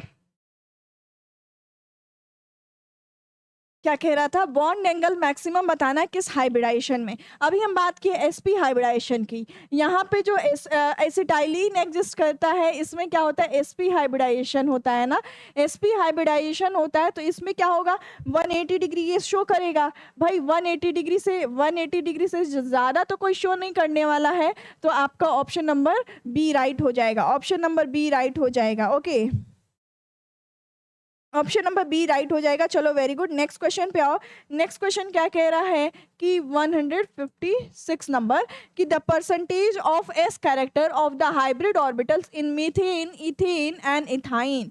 मीथेन क्या होगा, CH4 होगा, और आपका इथीन क्या होगा, CH2 डबल बॉन्ड CH2 होगा, और आपके पास क्या है, इथाइन है, यानी कि CH ट्रिपल बॉन्ड CH। आपको बताना है परसेंटेज ऑफ एस कैरेक्टर कितना आएगा। अब देखो percentage of S character, CH4 की बात करें, इसमें हाइब्रिडाइजेशन, अच्छा निकाल के दिखाती हूँ, जिनको नहीं आता है वो सीख जाएंगे। एस हाइब्रिडाइजेशन की बात करें तो CH ऐसे ही एग्जिस्ट करता है CH4, यानी कि Z मैंने बोला बॉन्ड पेयर को काउंट कर लो, 1 बॉन्ड 2 बॉन्ड 3 बॉन्ड 4 बॉन्ड, यानी कि 4 आ गया। 4 आता है तो हम क्या लिखते हैं, हाइब्रिडाइजेशन sp3 लिखते हैं, ठीक है। यहाँ पे देखो यहाँ पे ये 3 है P और एक S4 है, तो ये sp3 हो जाता है। चलो यहाँ पे देखो CH2 किसी एक पे कैलकुलेट कर लो, तो C जो है 2 बॉन्ड पेयर बनाए, तो यहाँ पे Z बॉन्ड पे सॉरी यहाँ पे डबल बॉन्ड बनाए, डबल बॉन्ड को हम एक काउंट करते हैं, और साथ में 2 बॉन्ड पेयर कहाँ पे आएगा, एक H यानी 2 H बनाए तो 2 बॉन्ड पेयर, यानी कि 2 + 1 यहाँ पे कितना आ गया 3, और जब 3 आता है तो ये आपका क्या होता है, sp2 होता है।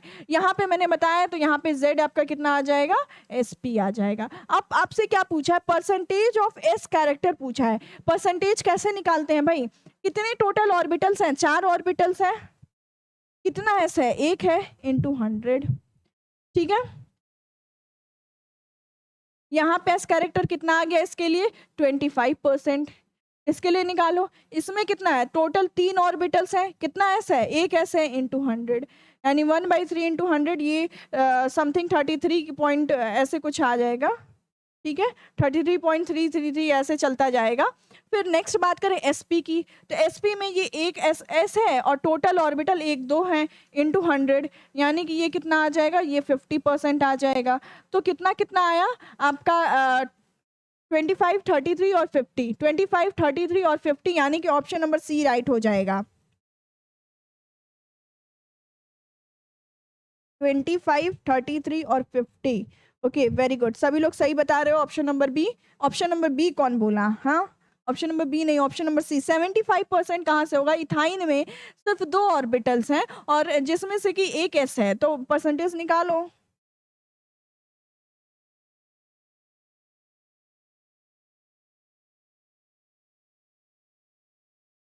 डीडीयू में बीटेक का बहुत टफ नहीं आता है, डीडीयू में बहुत टफ नहीं आता है। CO2 is iso structural with, iso electronic देख लिया, आइसो इलेक्ट्रॉनिक यानी कि आइसो इलेक्ट्रॉनिक मतलब कि electron, number of electron same हो। यहाँ पे क्या कह रहा है? आइसो स्ट्रक्चरल यानी कि स्ट्रक्चर आपका सेम होना चाहिए। पेशेंस बना के रखो, जब तक क्लास चलेगी तब तक चलेगी।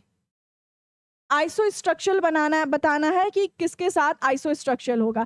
CO2 क्या होता है भाई? हमें पता है लीनियर स्ट्रक्चर होता है। जो CO2 होता है इसका स्ट्रक्चर आपको कैसा देखने को मिलता है? अच्छा ठीक है, भावनाओं में 20 ऐसे एग्जाम में बस भावनाओं में मत बहना, सही आंसर पिक करके लगा देना। ओके, तो यहाँ पे CO2 का पूछा है किसके साथ आइसो स्ट्रक्चरल होंगे। CO2 किसके साथ आइसो स्ट्रक्चरल होगा? हमें पता है कि जो CO2 होता है इसका लीनियर स्ट्रक्चर होता है। CO2 का स्ट्रक्चर कैसा होता है? लीनियर स्ट्रक्चर होता है।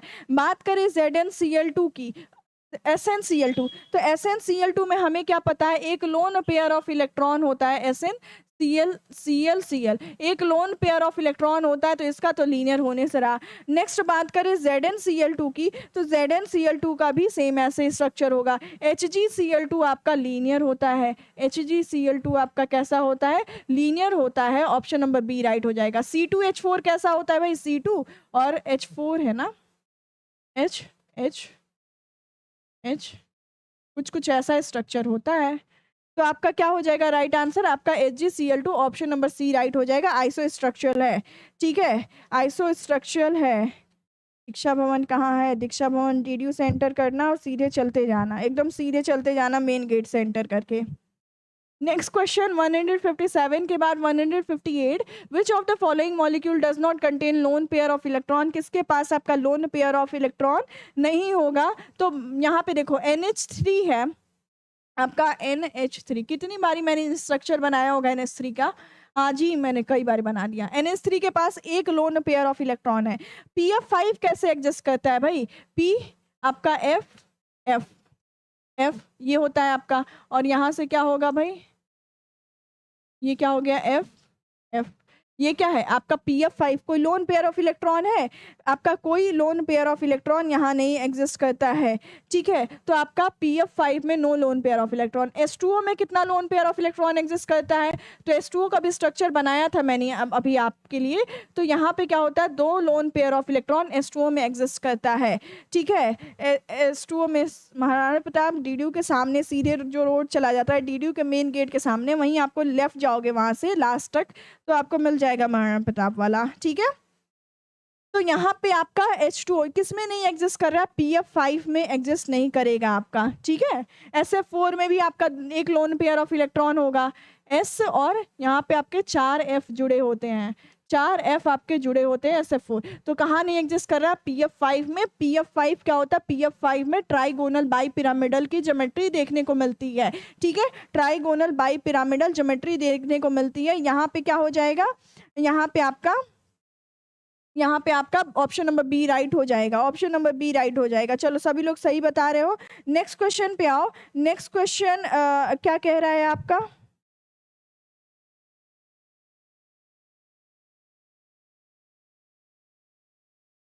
नेक्स्ट क्वेश्चन क्या कह रहा है आपका? Which types of hybridization is possible in square planar molecule? Is possible यानी कि वर्ग समतलीय अणुओं के लिए किस प्रकार का संकरण पॉसिबल है? यानी कि जो स्क्वायर प्लेनर होता है, जैसे मान लो XeF4 होता है ना, XeF4 में क्या होगा? ये आपका XeF4 होता है, स्क्वायर प्लेनर ज्योमेट्री शो कर रहा है, और साथ में इसके पास क्या होता है? 2 लोन पेयर ऑफ इलेक्ट्रॉन्स हो रहे होते हैं।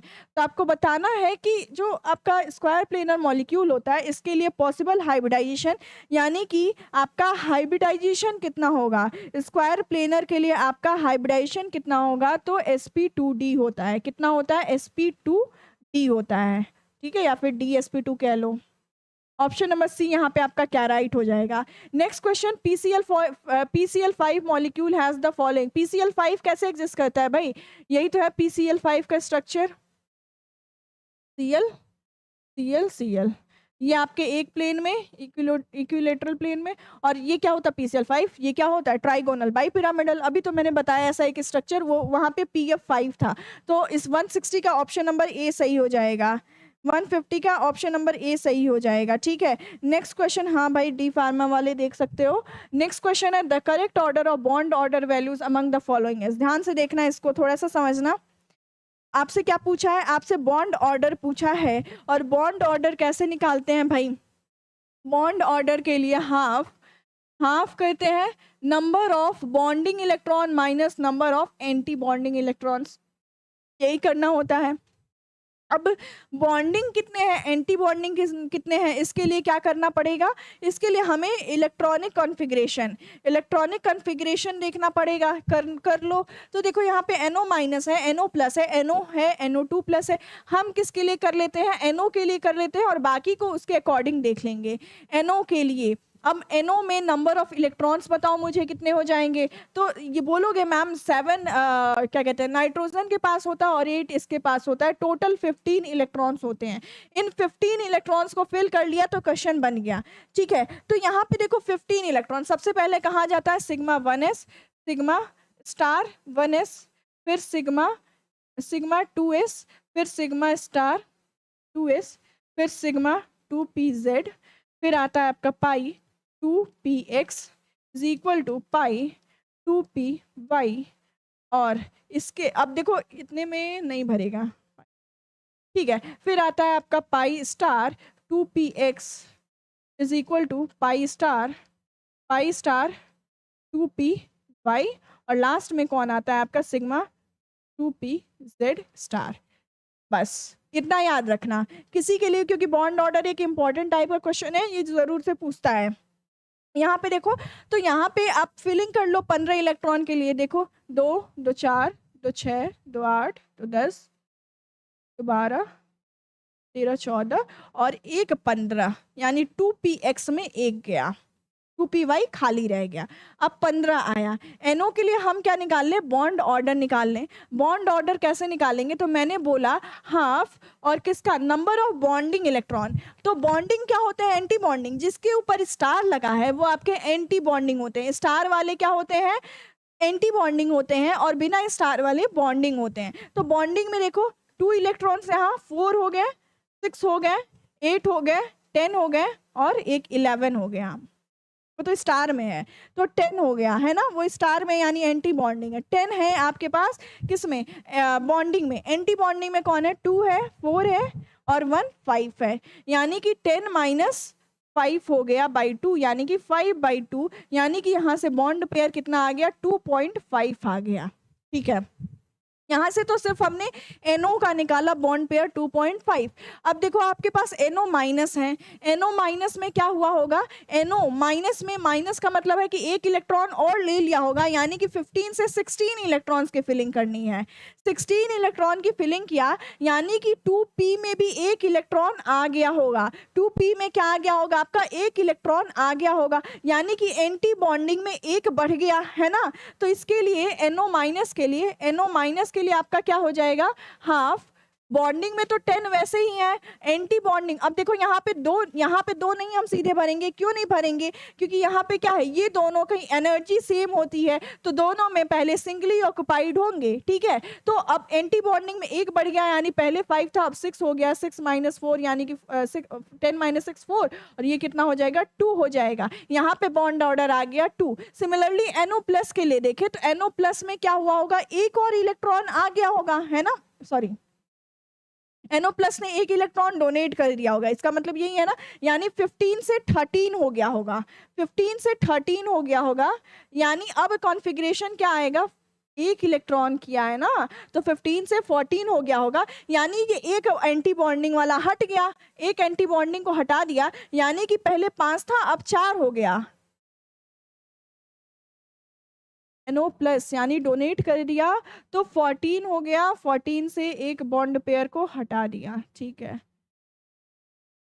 तो भाई ये 10 माइनस 4 हो गया बाई 2 हो गया, 10 माइनस 4 6/2 3। तो ऐसे करके देख लेना, सबका बॉन्ड पेयर निकाल लेना भाई, जिसका बॉन्ड पेयर जितना आएगा उसके हिसाब से इसके बॉन्ड पेयर को अरेंज कर लेना। आई होप अब अभी आप सब लोग ये क्वेश्चन, इस टाइप के क्वेश्चन कर लोगे, ठीक है। हो जाएगा या फिर मैं आगे भी करूं? इसको कमेंट करके बताओ, हो जाएगा या फिर आगे भी करूं, बताओ।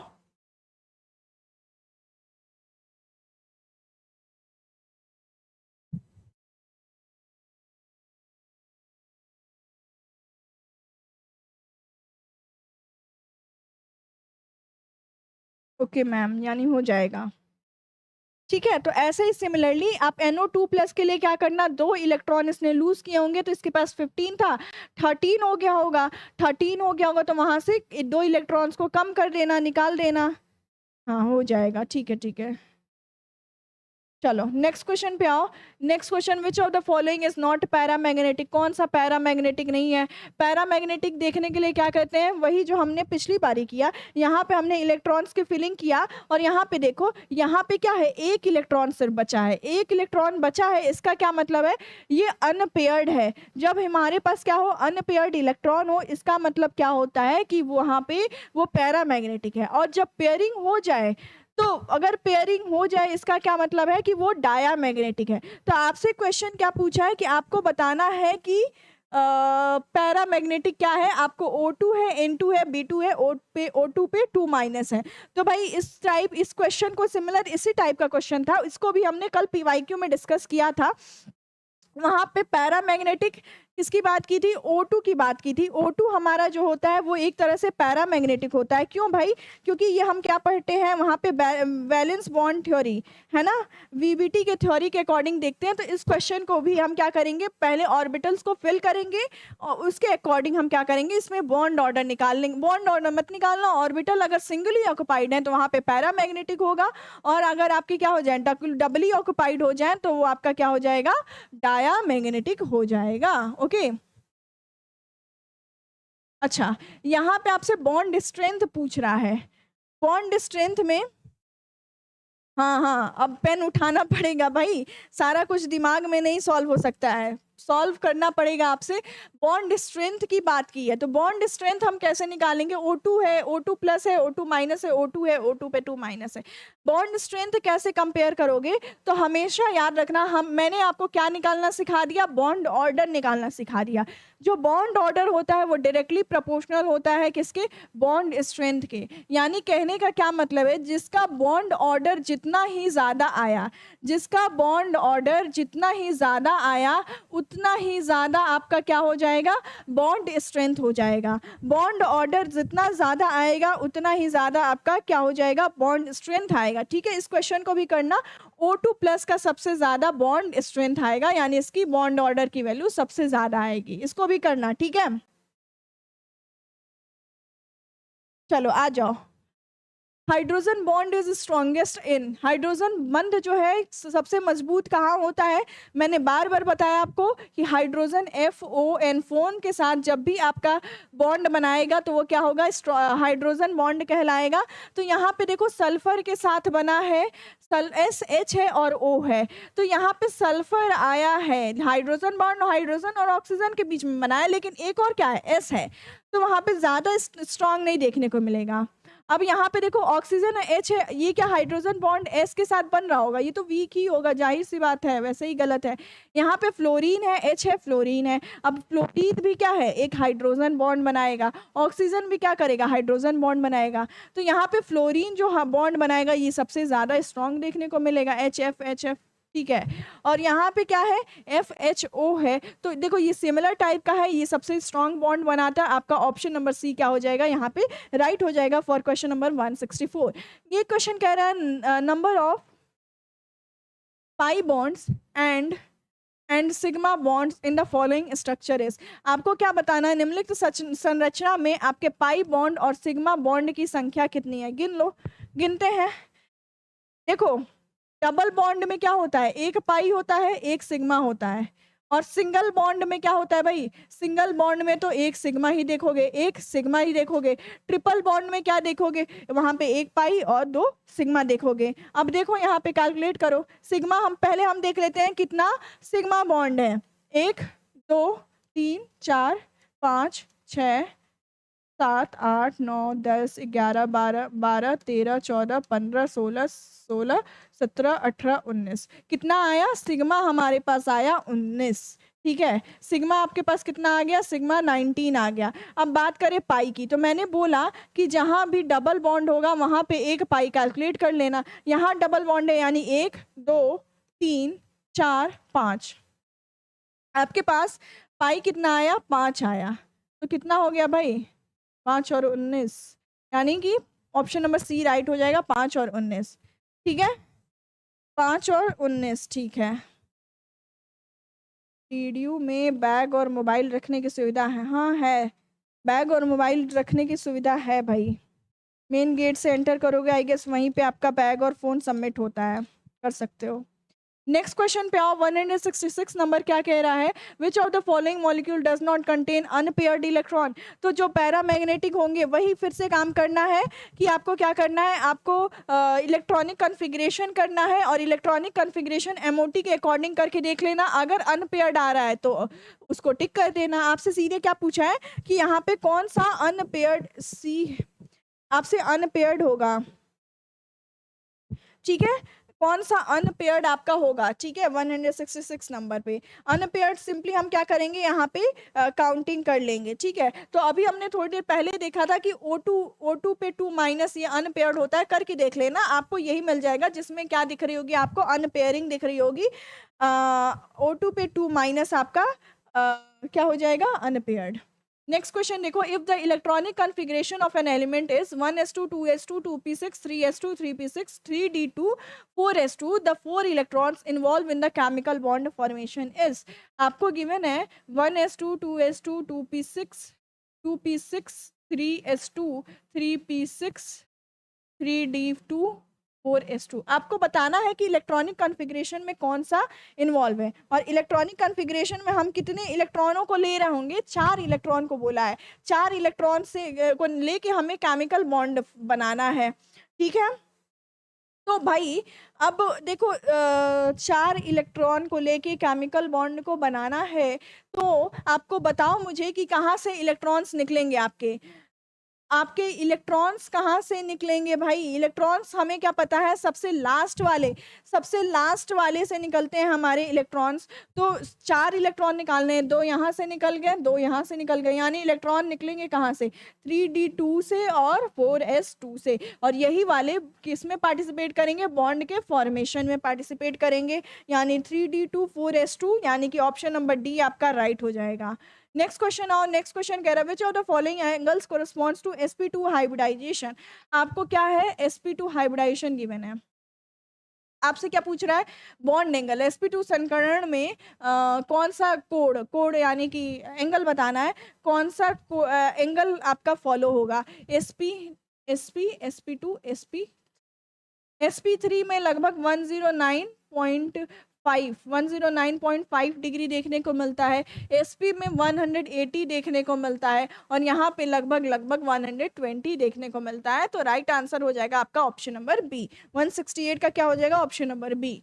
Stable form of C may be represented by the formula, C का स्थिर रूप सूत्र द्वारा दर्शाया जा सकता है, यानी स्टेबल फॉर्म सी का, कार्बन का स्टेबल फॉर्म क्या हो जाएगा भाई, बताओ मुझे, सी का स्टेबल फॉर्म क्या हो जाएगा। हमें क्या पता है, कार्बन के वैलेंस इलेक्ट्रॉन्स की बात करें तो 4 होते हैं, है ना, 4 होते हैं, इसको कितने इलेक्ट्रॉन्स चाहिए, 4 चाहिए, यानी ये इसको ले लिया, ये इसको लेके दोनों आपस में शेयर करके 2 कार्बन क्या कर लेंगे, अपना स्टेबल फॉर्मेशन कर लेंगे। तो गलती से भी C4 मत लगाना, क्योंकि दिमाग में आएगा हाँ कार्बन तो 4 के साथ बनाता है, C4 लगा दिया, खुशी से बाहर निकल रहे हैं तो पता चला भाई C2 होगा, ऑप्शन नंबर बी राइट हो जाएगा। 170 कह रहा है, which of the following order of energies of the molecular orbital of N2 is correct. Order of energies पूछ रहा है, तो मैंने अभी N2 का पूरा लेवल लिखा था कि N2 के लिए क्या हो जाएगा, ठीक है, BCA के लिए नहीं है ना।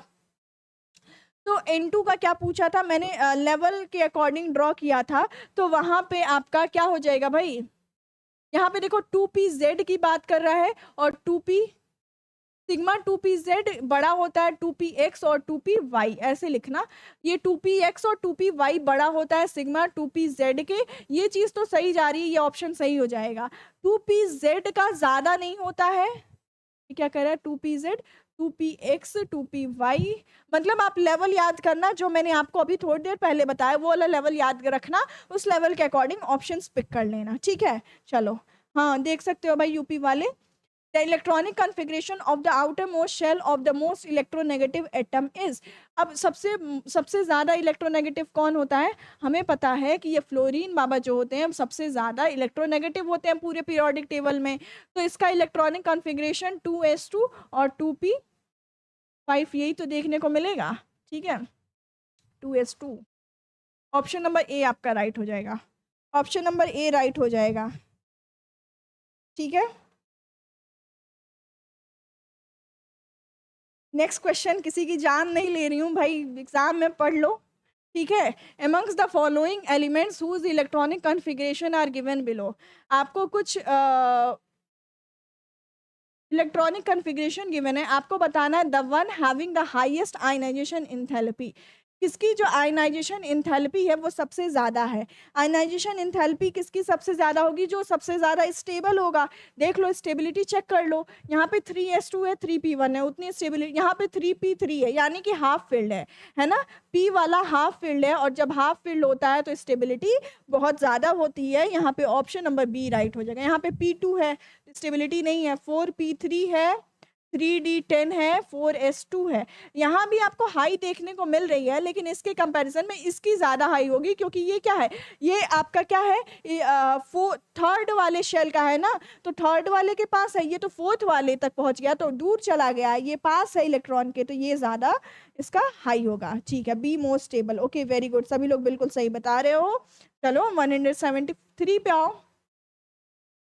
कौन सा लीनियर स्ट्रक्चर होगा निम्नलिखित में से, कौन सा रेखीय संरचना प्राप्त करेगा, कौन सा लीनियर होगा।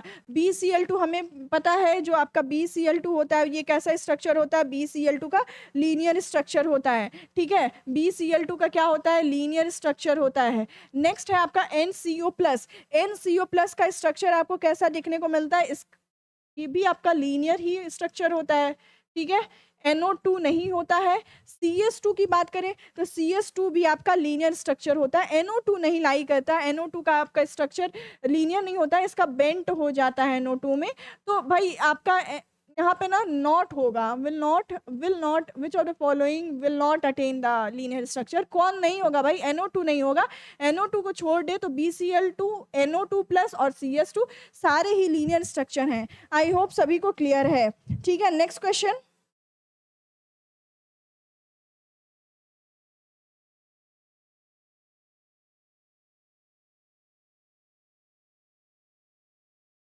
नेक्स्ट क्वेश्चन क्या कह रहा है भाई, CO2 is CO is iso electronic, यानी कि नंबर ऑफ इलेक्ट्रॉन सेम बताना है। आइसो इलेक्ट्रॉनिक मतलब कि नंबर ऑफ इलेक्ट्रॉन सेम बताना है, तो नंबर ऑफ इलेक्ट्रॉन सेम कैसे होगा, किसके पास होगा। CO में कितना होता है, कार्बन के पास 6 इलेक्ट्रॉन्स और ऑक्सीजन के पास 8 इलेक्ट्रॉन, तो टोटल 14 इलेक्ट्रॉन्स।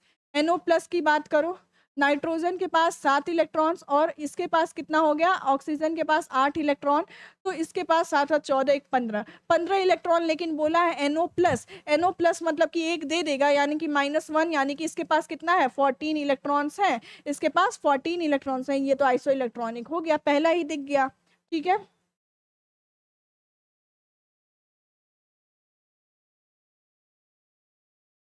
नेक्स्ट क्वेश्चन देखो, नेक्स्ट क्वेश्चन देखो, real gases approaches ideal behaviour at, question क्या कह रहा है कि जो रियल गैसेस हैं वो आइडल बिहेवियर कब अप्रोच करेंगे।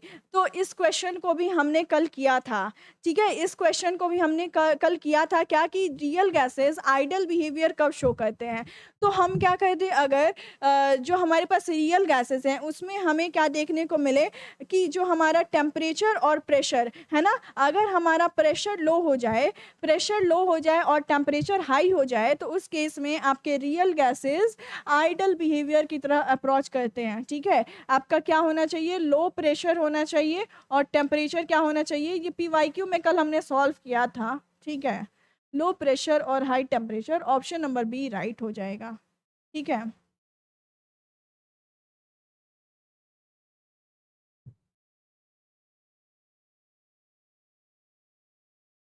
चलो नेक्स्ट क्वेश्चन पे आओ।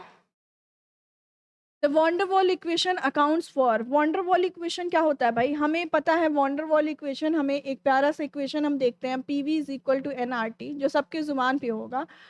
वॉन्डरवॉल इक्वेशन में हम आइडल गैस के लिए जब लिखते हैं, ये तो आइडल गैस के लिए लिखा, जब हम क्या करते हैं इसमें मॉडिफिकेशन करते हैं तो वॉन्डरवॉल समीकरण में, तो हम किसके किसके लिए मॉडिफिकेशन करते हैं, हम प्रेशर के लिए मॉडिफिकेशन करते हैं और वॉल्यूम के लिए मॉडिफिकेशन करते हैं। हम क्या पढ़ते हैं वहाँ पे, प्रेशर करेक्शन और वॉल्यूम करेक्शन, ठीक है। हम वहाँ पे क्या पढ़ते हैं, प्रेशर करेक्शन और वॉल्यूम करेक्शन। प्रेशर करेक्शन क्यों होता है, वो इंटरमोलिकुलर फोर्स की वजह से होता है, क्योंकि हमने अभी देखा कि लो प्रेशर हाई टेम्परेचर पे वो बिहेवियर डिफर करेंगे। तो प्रेशर में करेक्शन क्यों हमें करना पड़ता है, क्योंकि वहां पे इंटरमोलिकुलर फोर्स होता है। तो आपसे ये भी क्वेश्चन पूछ सकता है कि आइडल गैस इक्वेशन में जो प्रेशर होता है वो किसके करेक्शन की बात करता है, तो ये आपके इंटरमोलिकुलर फोर्स की बात करता है। इंटरमोलिकुलर फोर्स की वजह से जो करेक्शन अराइज होता है वो आपके। और वॉल्यूम, तो जाहिर सी बात है कि वॉल्यूम में आपका वॉल्यूम, मॉलिकुलर वॉल्यूम की वजह से हम वॉल्यूम करेक्शन करते हैं, मॉलिकुलर मॉलिकुलर वॉल्यूम, ठीक है। इतनी बात क्लियर है। अब यहाँ पे तो पूछा है, तो यहाँ से तो ये क्वेश्चन हो जाएगा, both the intermolecular forces and molecular volume, ये चीज़ तो सही हो जाएगी। बट अगर आपसे पूछे कि इसका इक्वेशन क्या होगा, यानी कि जो एक्चुअल इक्वेशन आता है करेक्शन टर्म के बाद, ठीक है। अच्छा, P plus a n square upon V square ये लिखते हैं हम, यानी कि अगर आपसे सिर्फ इतना भी पूछ ले कि करेक्शन टर्म क्या है, करेक्शन टर्म प्रेशर के लिए यानी कि इंटरमोलिकुलर फोर्स के लिए, तो ये correction term P a n square upon V square ये क्या होता है, a n square upon V square आपका क्या होता है, ये आपका करेक्शन टर्म होता है, ठीक है। तो भाई क्या हो जाएगा, ये आपका करेक्शन टर्म हो जाएगा। और एक और देखिए, अब एक और करेक्शन हम करते हैं अपने वॉल्यूम में। वॉल्यूम का करेक्शन फैक्टर कितना होता है, n b, V minus n b is equal to n R T. ये क्या होता है, ये हमारा van der wall equation of state होता है, इसको भी याद रखना, इस पे भी क्वेश्चन पूछता है, ठीक है। P plus a n square upon V square, V minus n b is equal to n R T. I hope सभी को क्लियर होगा, ठीक है, आई होप सभी को क्लियर होगा।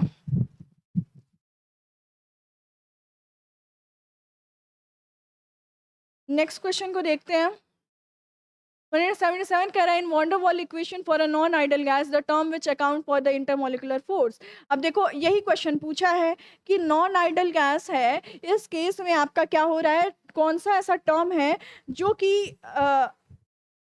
जो कि आपका क्या करे, जो कि अकाउंट करता है इंटरमोलिकुलर फोर्स पे। तो वो मैंने बोला प्रेशर के लिए करेक्शन टर्म ये होता है, और प्रेशर में जो करेक्शन करते हैं वो क्यों आता है, बिकॉज ऑफ इंटरमोलिकुलर फोर्स। तो क्या क्या अकाउंट कर रहा है आपका क्या कहते हैं, आपका क्या अकाउंट कर रहा है, आपका ए फैक्टर और वी, यही अकाउंट कर रहा है। एन क्या होता है, एन तो आपका मोल्स होता है, तो एन तो 1 मोल ले ले तो सब बात बराबर हो जाएगा। लेकिन मेन क्या है, ए और वी है, ठीक है, ए और वी। तो आपका यहाँ से ए और V square, A option right हो जाएगा। ए ऑप्शन क्या हो जाएगा, राइट ऑप्शन हो जाएगा फॉर दिस क्वेश्चन, ठीक है, ए ऑप्शन राइट हो जाएगा। नेक्स्ट क्वेश्चन पे आओ। At extremely low pressure the van der wall equation of 1 mole may be written as, ठीक है। आपसे क्या कह रहा है, प्रेशर को लो कर दिया, प्रेशर को हमने क्या कर दिया, लो कर दिया, तो आपका प्रेशर को लो कर दिया, तो आपका क्या हो जाएगा, आपका अगर हम 1 मोल के लिए लिखें, यानी कि जो हम ये इक्वेशन लिख रहे हैं बार बार, इसमें जो n की वैल्यू है उसे क्या कर दे, 1 मोल कर दे। n की वैल्यू को क्या करना है, 1 मोल कर देना है।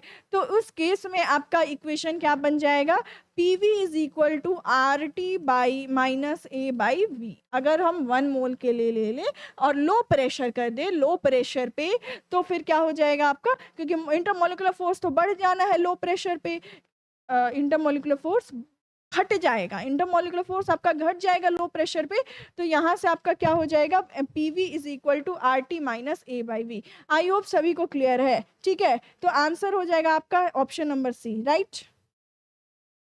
Next question, liquid diffuse slowly as compare to gas. हमें क्या पता है लिक्विड में जो डिफ्यूजन प्रोसेस होता है गैसों की तुलना में धीरे धीरे विसरित होती हैं। ये क्यों होता है? क्योंकि लिक्विड्स में क्या है, मॉलिक्यूल्स पास पास है, इंटरमोलिकुलर फोर्स ज़्यादा है। गैसेस में दूर दूर हैं तो तुरंत यहाँ पे परफ्यूम स्प्रे किया, रूम के उस कॉर्नर में महकने लगता है, क्योंकि वो गैस है वो ईजिली डिफ्यूज कर जाता है, और वही लिक्विड स्लोली डिफ्यूज करती हैं। ठीक है, तो ये क्यों हुआ? क्योंकि इसके इंटरमोलिकुलर फोर्सेस स्ट्रांग हैं। ऑप्शन नंबर डी यहाँ पे राइट हो जाएगा। चलो, at high altitude the boiling point of water gets lowered because. High altitude पे जो बॉइलिंग पॉइंट है वो क्या हो जाता है? वो लोअर हो जाता है। बॉइलिंग पॉइंट आपकी लो हो जाती है। ये क्यों होती है भाई? क्योंकि एटमॉस्फेरिक प्रेशर घट जाता है, एटमॉस्फेरिक प्रेशर कम हो जाता है इस वजह से। ठीक है, तो एटमॉस्फेरिक प्रेशर कम होने की वजह से आपका क्या हो जाएगा? आपका बॉइलिंग पॉइंट लो हो जाता है। तो ऑप्शन नंबर बी राइट हो जाएगा। आई होप सभी को क्लियर है। ये था हमारा आज का लास्ट क्वेश्चन। ओके, सभी लोग पेशेंस बनाए रखे, वेरी गुड। जो बहुत लोग थे, ऐसे लोग थे, लगभग सभी लोग शुरू से लास्ट तक जुड़े थे। ठीक है, चलो बताओ क्लास कैसी लगी? कॉन्फिडेंस आया कि नहीं आया? कितने क्वेश्चंस आपके सही हुए? जल्दी से लिख के बताओ कितने क्वेश्चंस आपके सही हुए। ठीक है, कितने क्वेश्चंस आप सही कर पाए हो टोटल? देखो हमने क्या किया, हमने टोटल यहाँ तक हुकार सीरीज में 180 क्वेश्चन सॉल्व किए हैं। 180 क्वेश्चंस टोटल इस सीरीज में अकेले मैंने सॉल्व कराया। और उसके बाद से PYQ कल जहाँ पे BSc बायो का PYQ हो रहा था, तो केमिस्ट्री दोनों के लिए कॉमन है, तो आप वहाँ पे वो भी देख सकते हो। ठीक है, तो अब मैंने वहाँ पे 50 क्वेश्चंस और कराए, और साथ में एक और बारी क्लास हुई थी जहाँ पे मैंने 30 क्वेश्चंस BSc का PYQ हुआ था, जहाँ पे आपके आर्यन सर ने पढ़ाया था और मैंने, हम दोनों ने मिल पढ़ाया था। तो वहाँ पे आपका क्या हुआ था, आपका 30 क्वेश्चंस टुगेदर और मैंने सॉल्व कराए थे। ठीक है, तो टोटल इतने क्वेश्चन सॉल्व किए हैं। टोटल आपके कितने हो गए भाई? 180, 210, 260 क्वेश्चंस। और इसके साथ साथ जितने कॉन्सेप्ट आप सीखे हो वो सफिशिएंट हैं आपके DDU और LU जैसे एग्ज़ाम को निकालने के लिए। आयुषी मैम कहाँ हैं? आयुषी मैम आपकी अभी अवेलेबल नहीं है, ग्राउंड रिपोर्टिंग में ज़रूर से मिलने आएंगी। ठीक है, मेरा -1 सही। अच्छा बेटा, क्वेश्चन, अरे भाई क्वेश्चन नहीं नोट करो। देखो क्वेश्चन नहीं नोट करो, आपको क्या नोट करना है? आपको सिर्फ और सिर्फ कॉन्सेप्ट नोट करो। ऐसे कॉन्सेप्ट जो कि नहीं आ रहे हैं, ऐसे क्वेश्चंस जो कि नहीं बन रहे हैं, वो आपको करना था, ताकि आप लास्ट मोमेंट पे वो कॉन्सेप्ट, वो चीज़ें रिवाइज करो। मान लो कोई एक ही क्वेश्चन है, जैसे वॉन्डरवॉल का ही क्वेश्चन है, तो वो आपको नहीं आता, तो आप उसे नोट कर सकते थे। लास्ट टाइम में आप क्या कर सकते थे, उसे रिवाइज कर सकते थे फटाक फटाक। ठीक है, हाँ भाई, DDU के लिए हुंकार पढ़ने से हो जाएगा, डेफिनेटली हो जाएगा। हाँ ठीक है शुभम।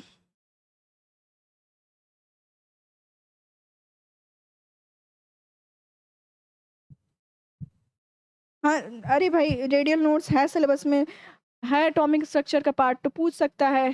ठीक है, ओके थैंक यू। सेशन को एंड किया जाए। किसी ने ये नहीं बताया कितने क्वेश्चन सही हुए भाई? कॉन्फिडेंस आया कि नहीं कल के एग्जाम के लिए?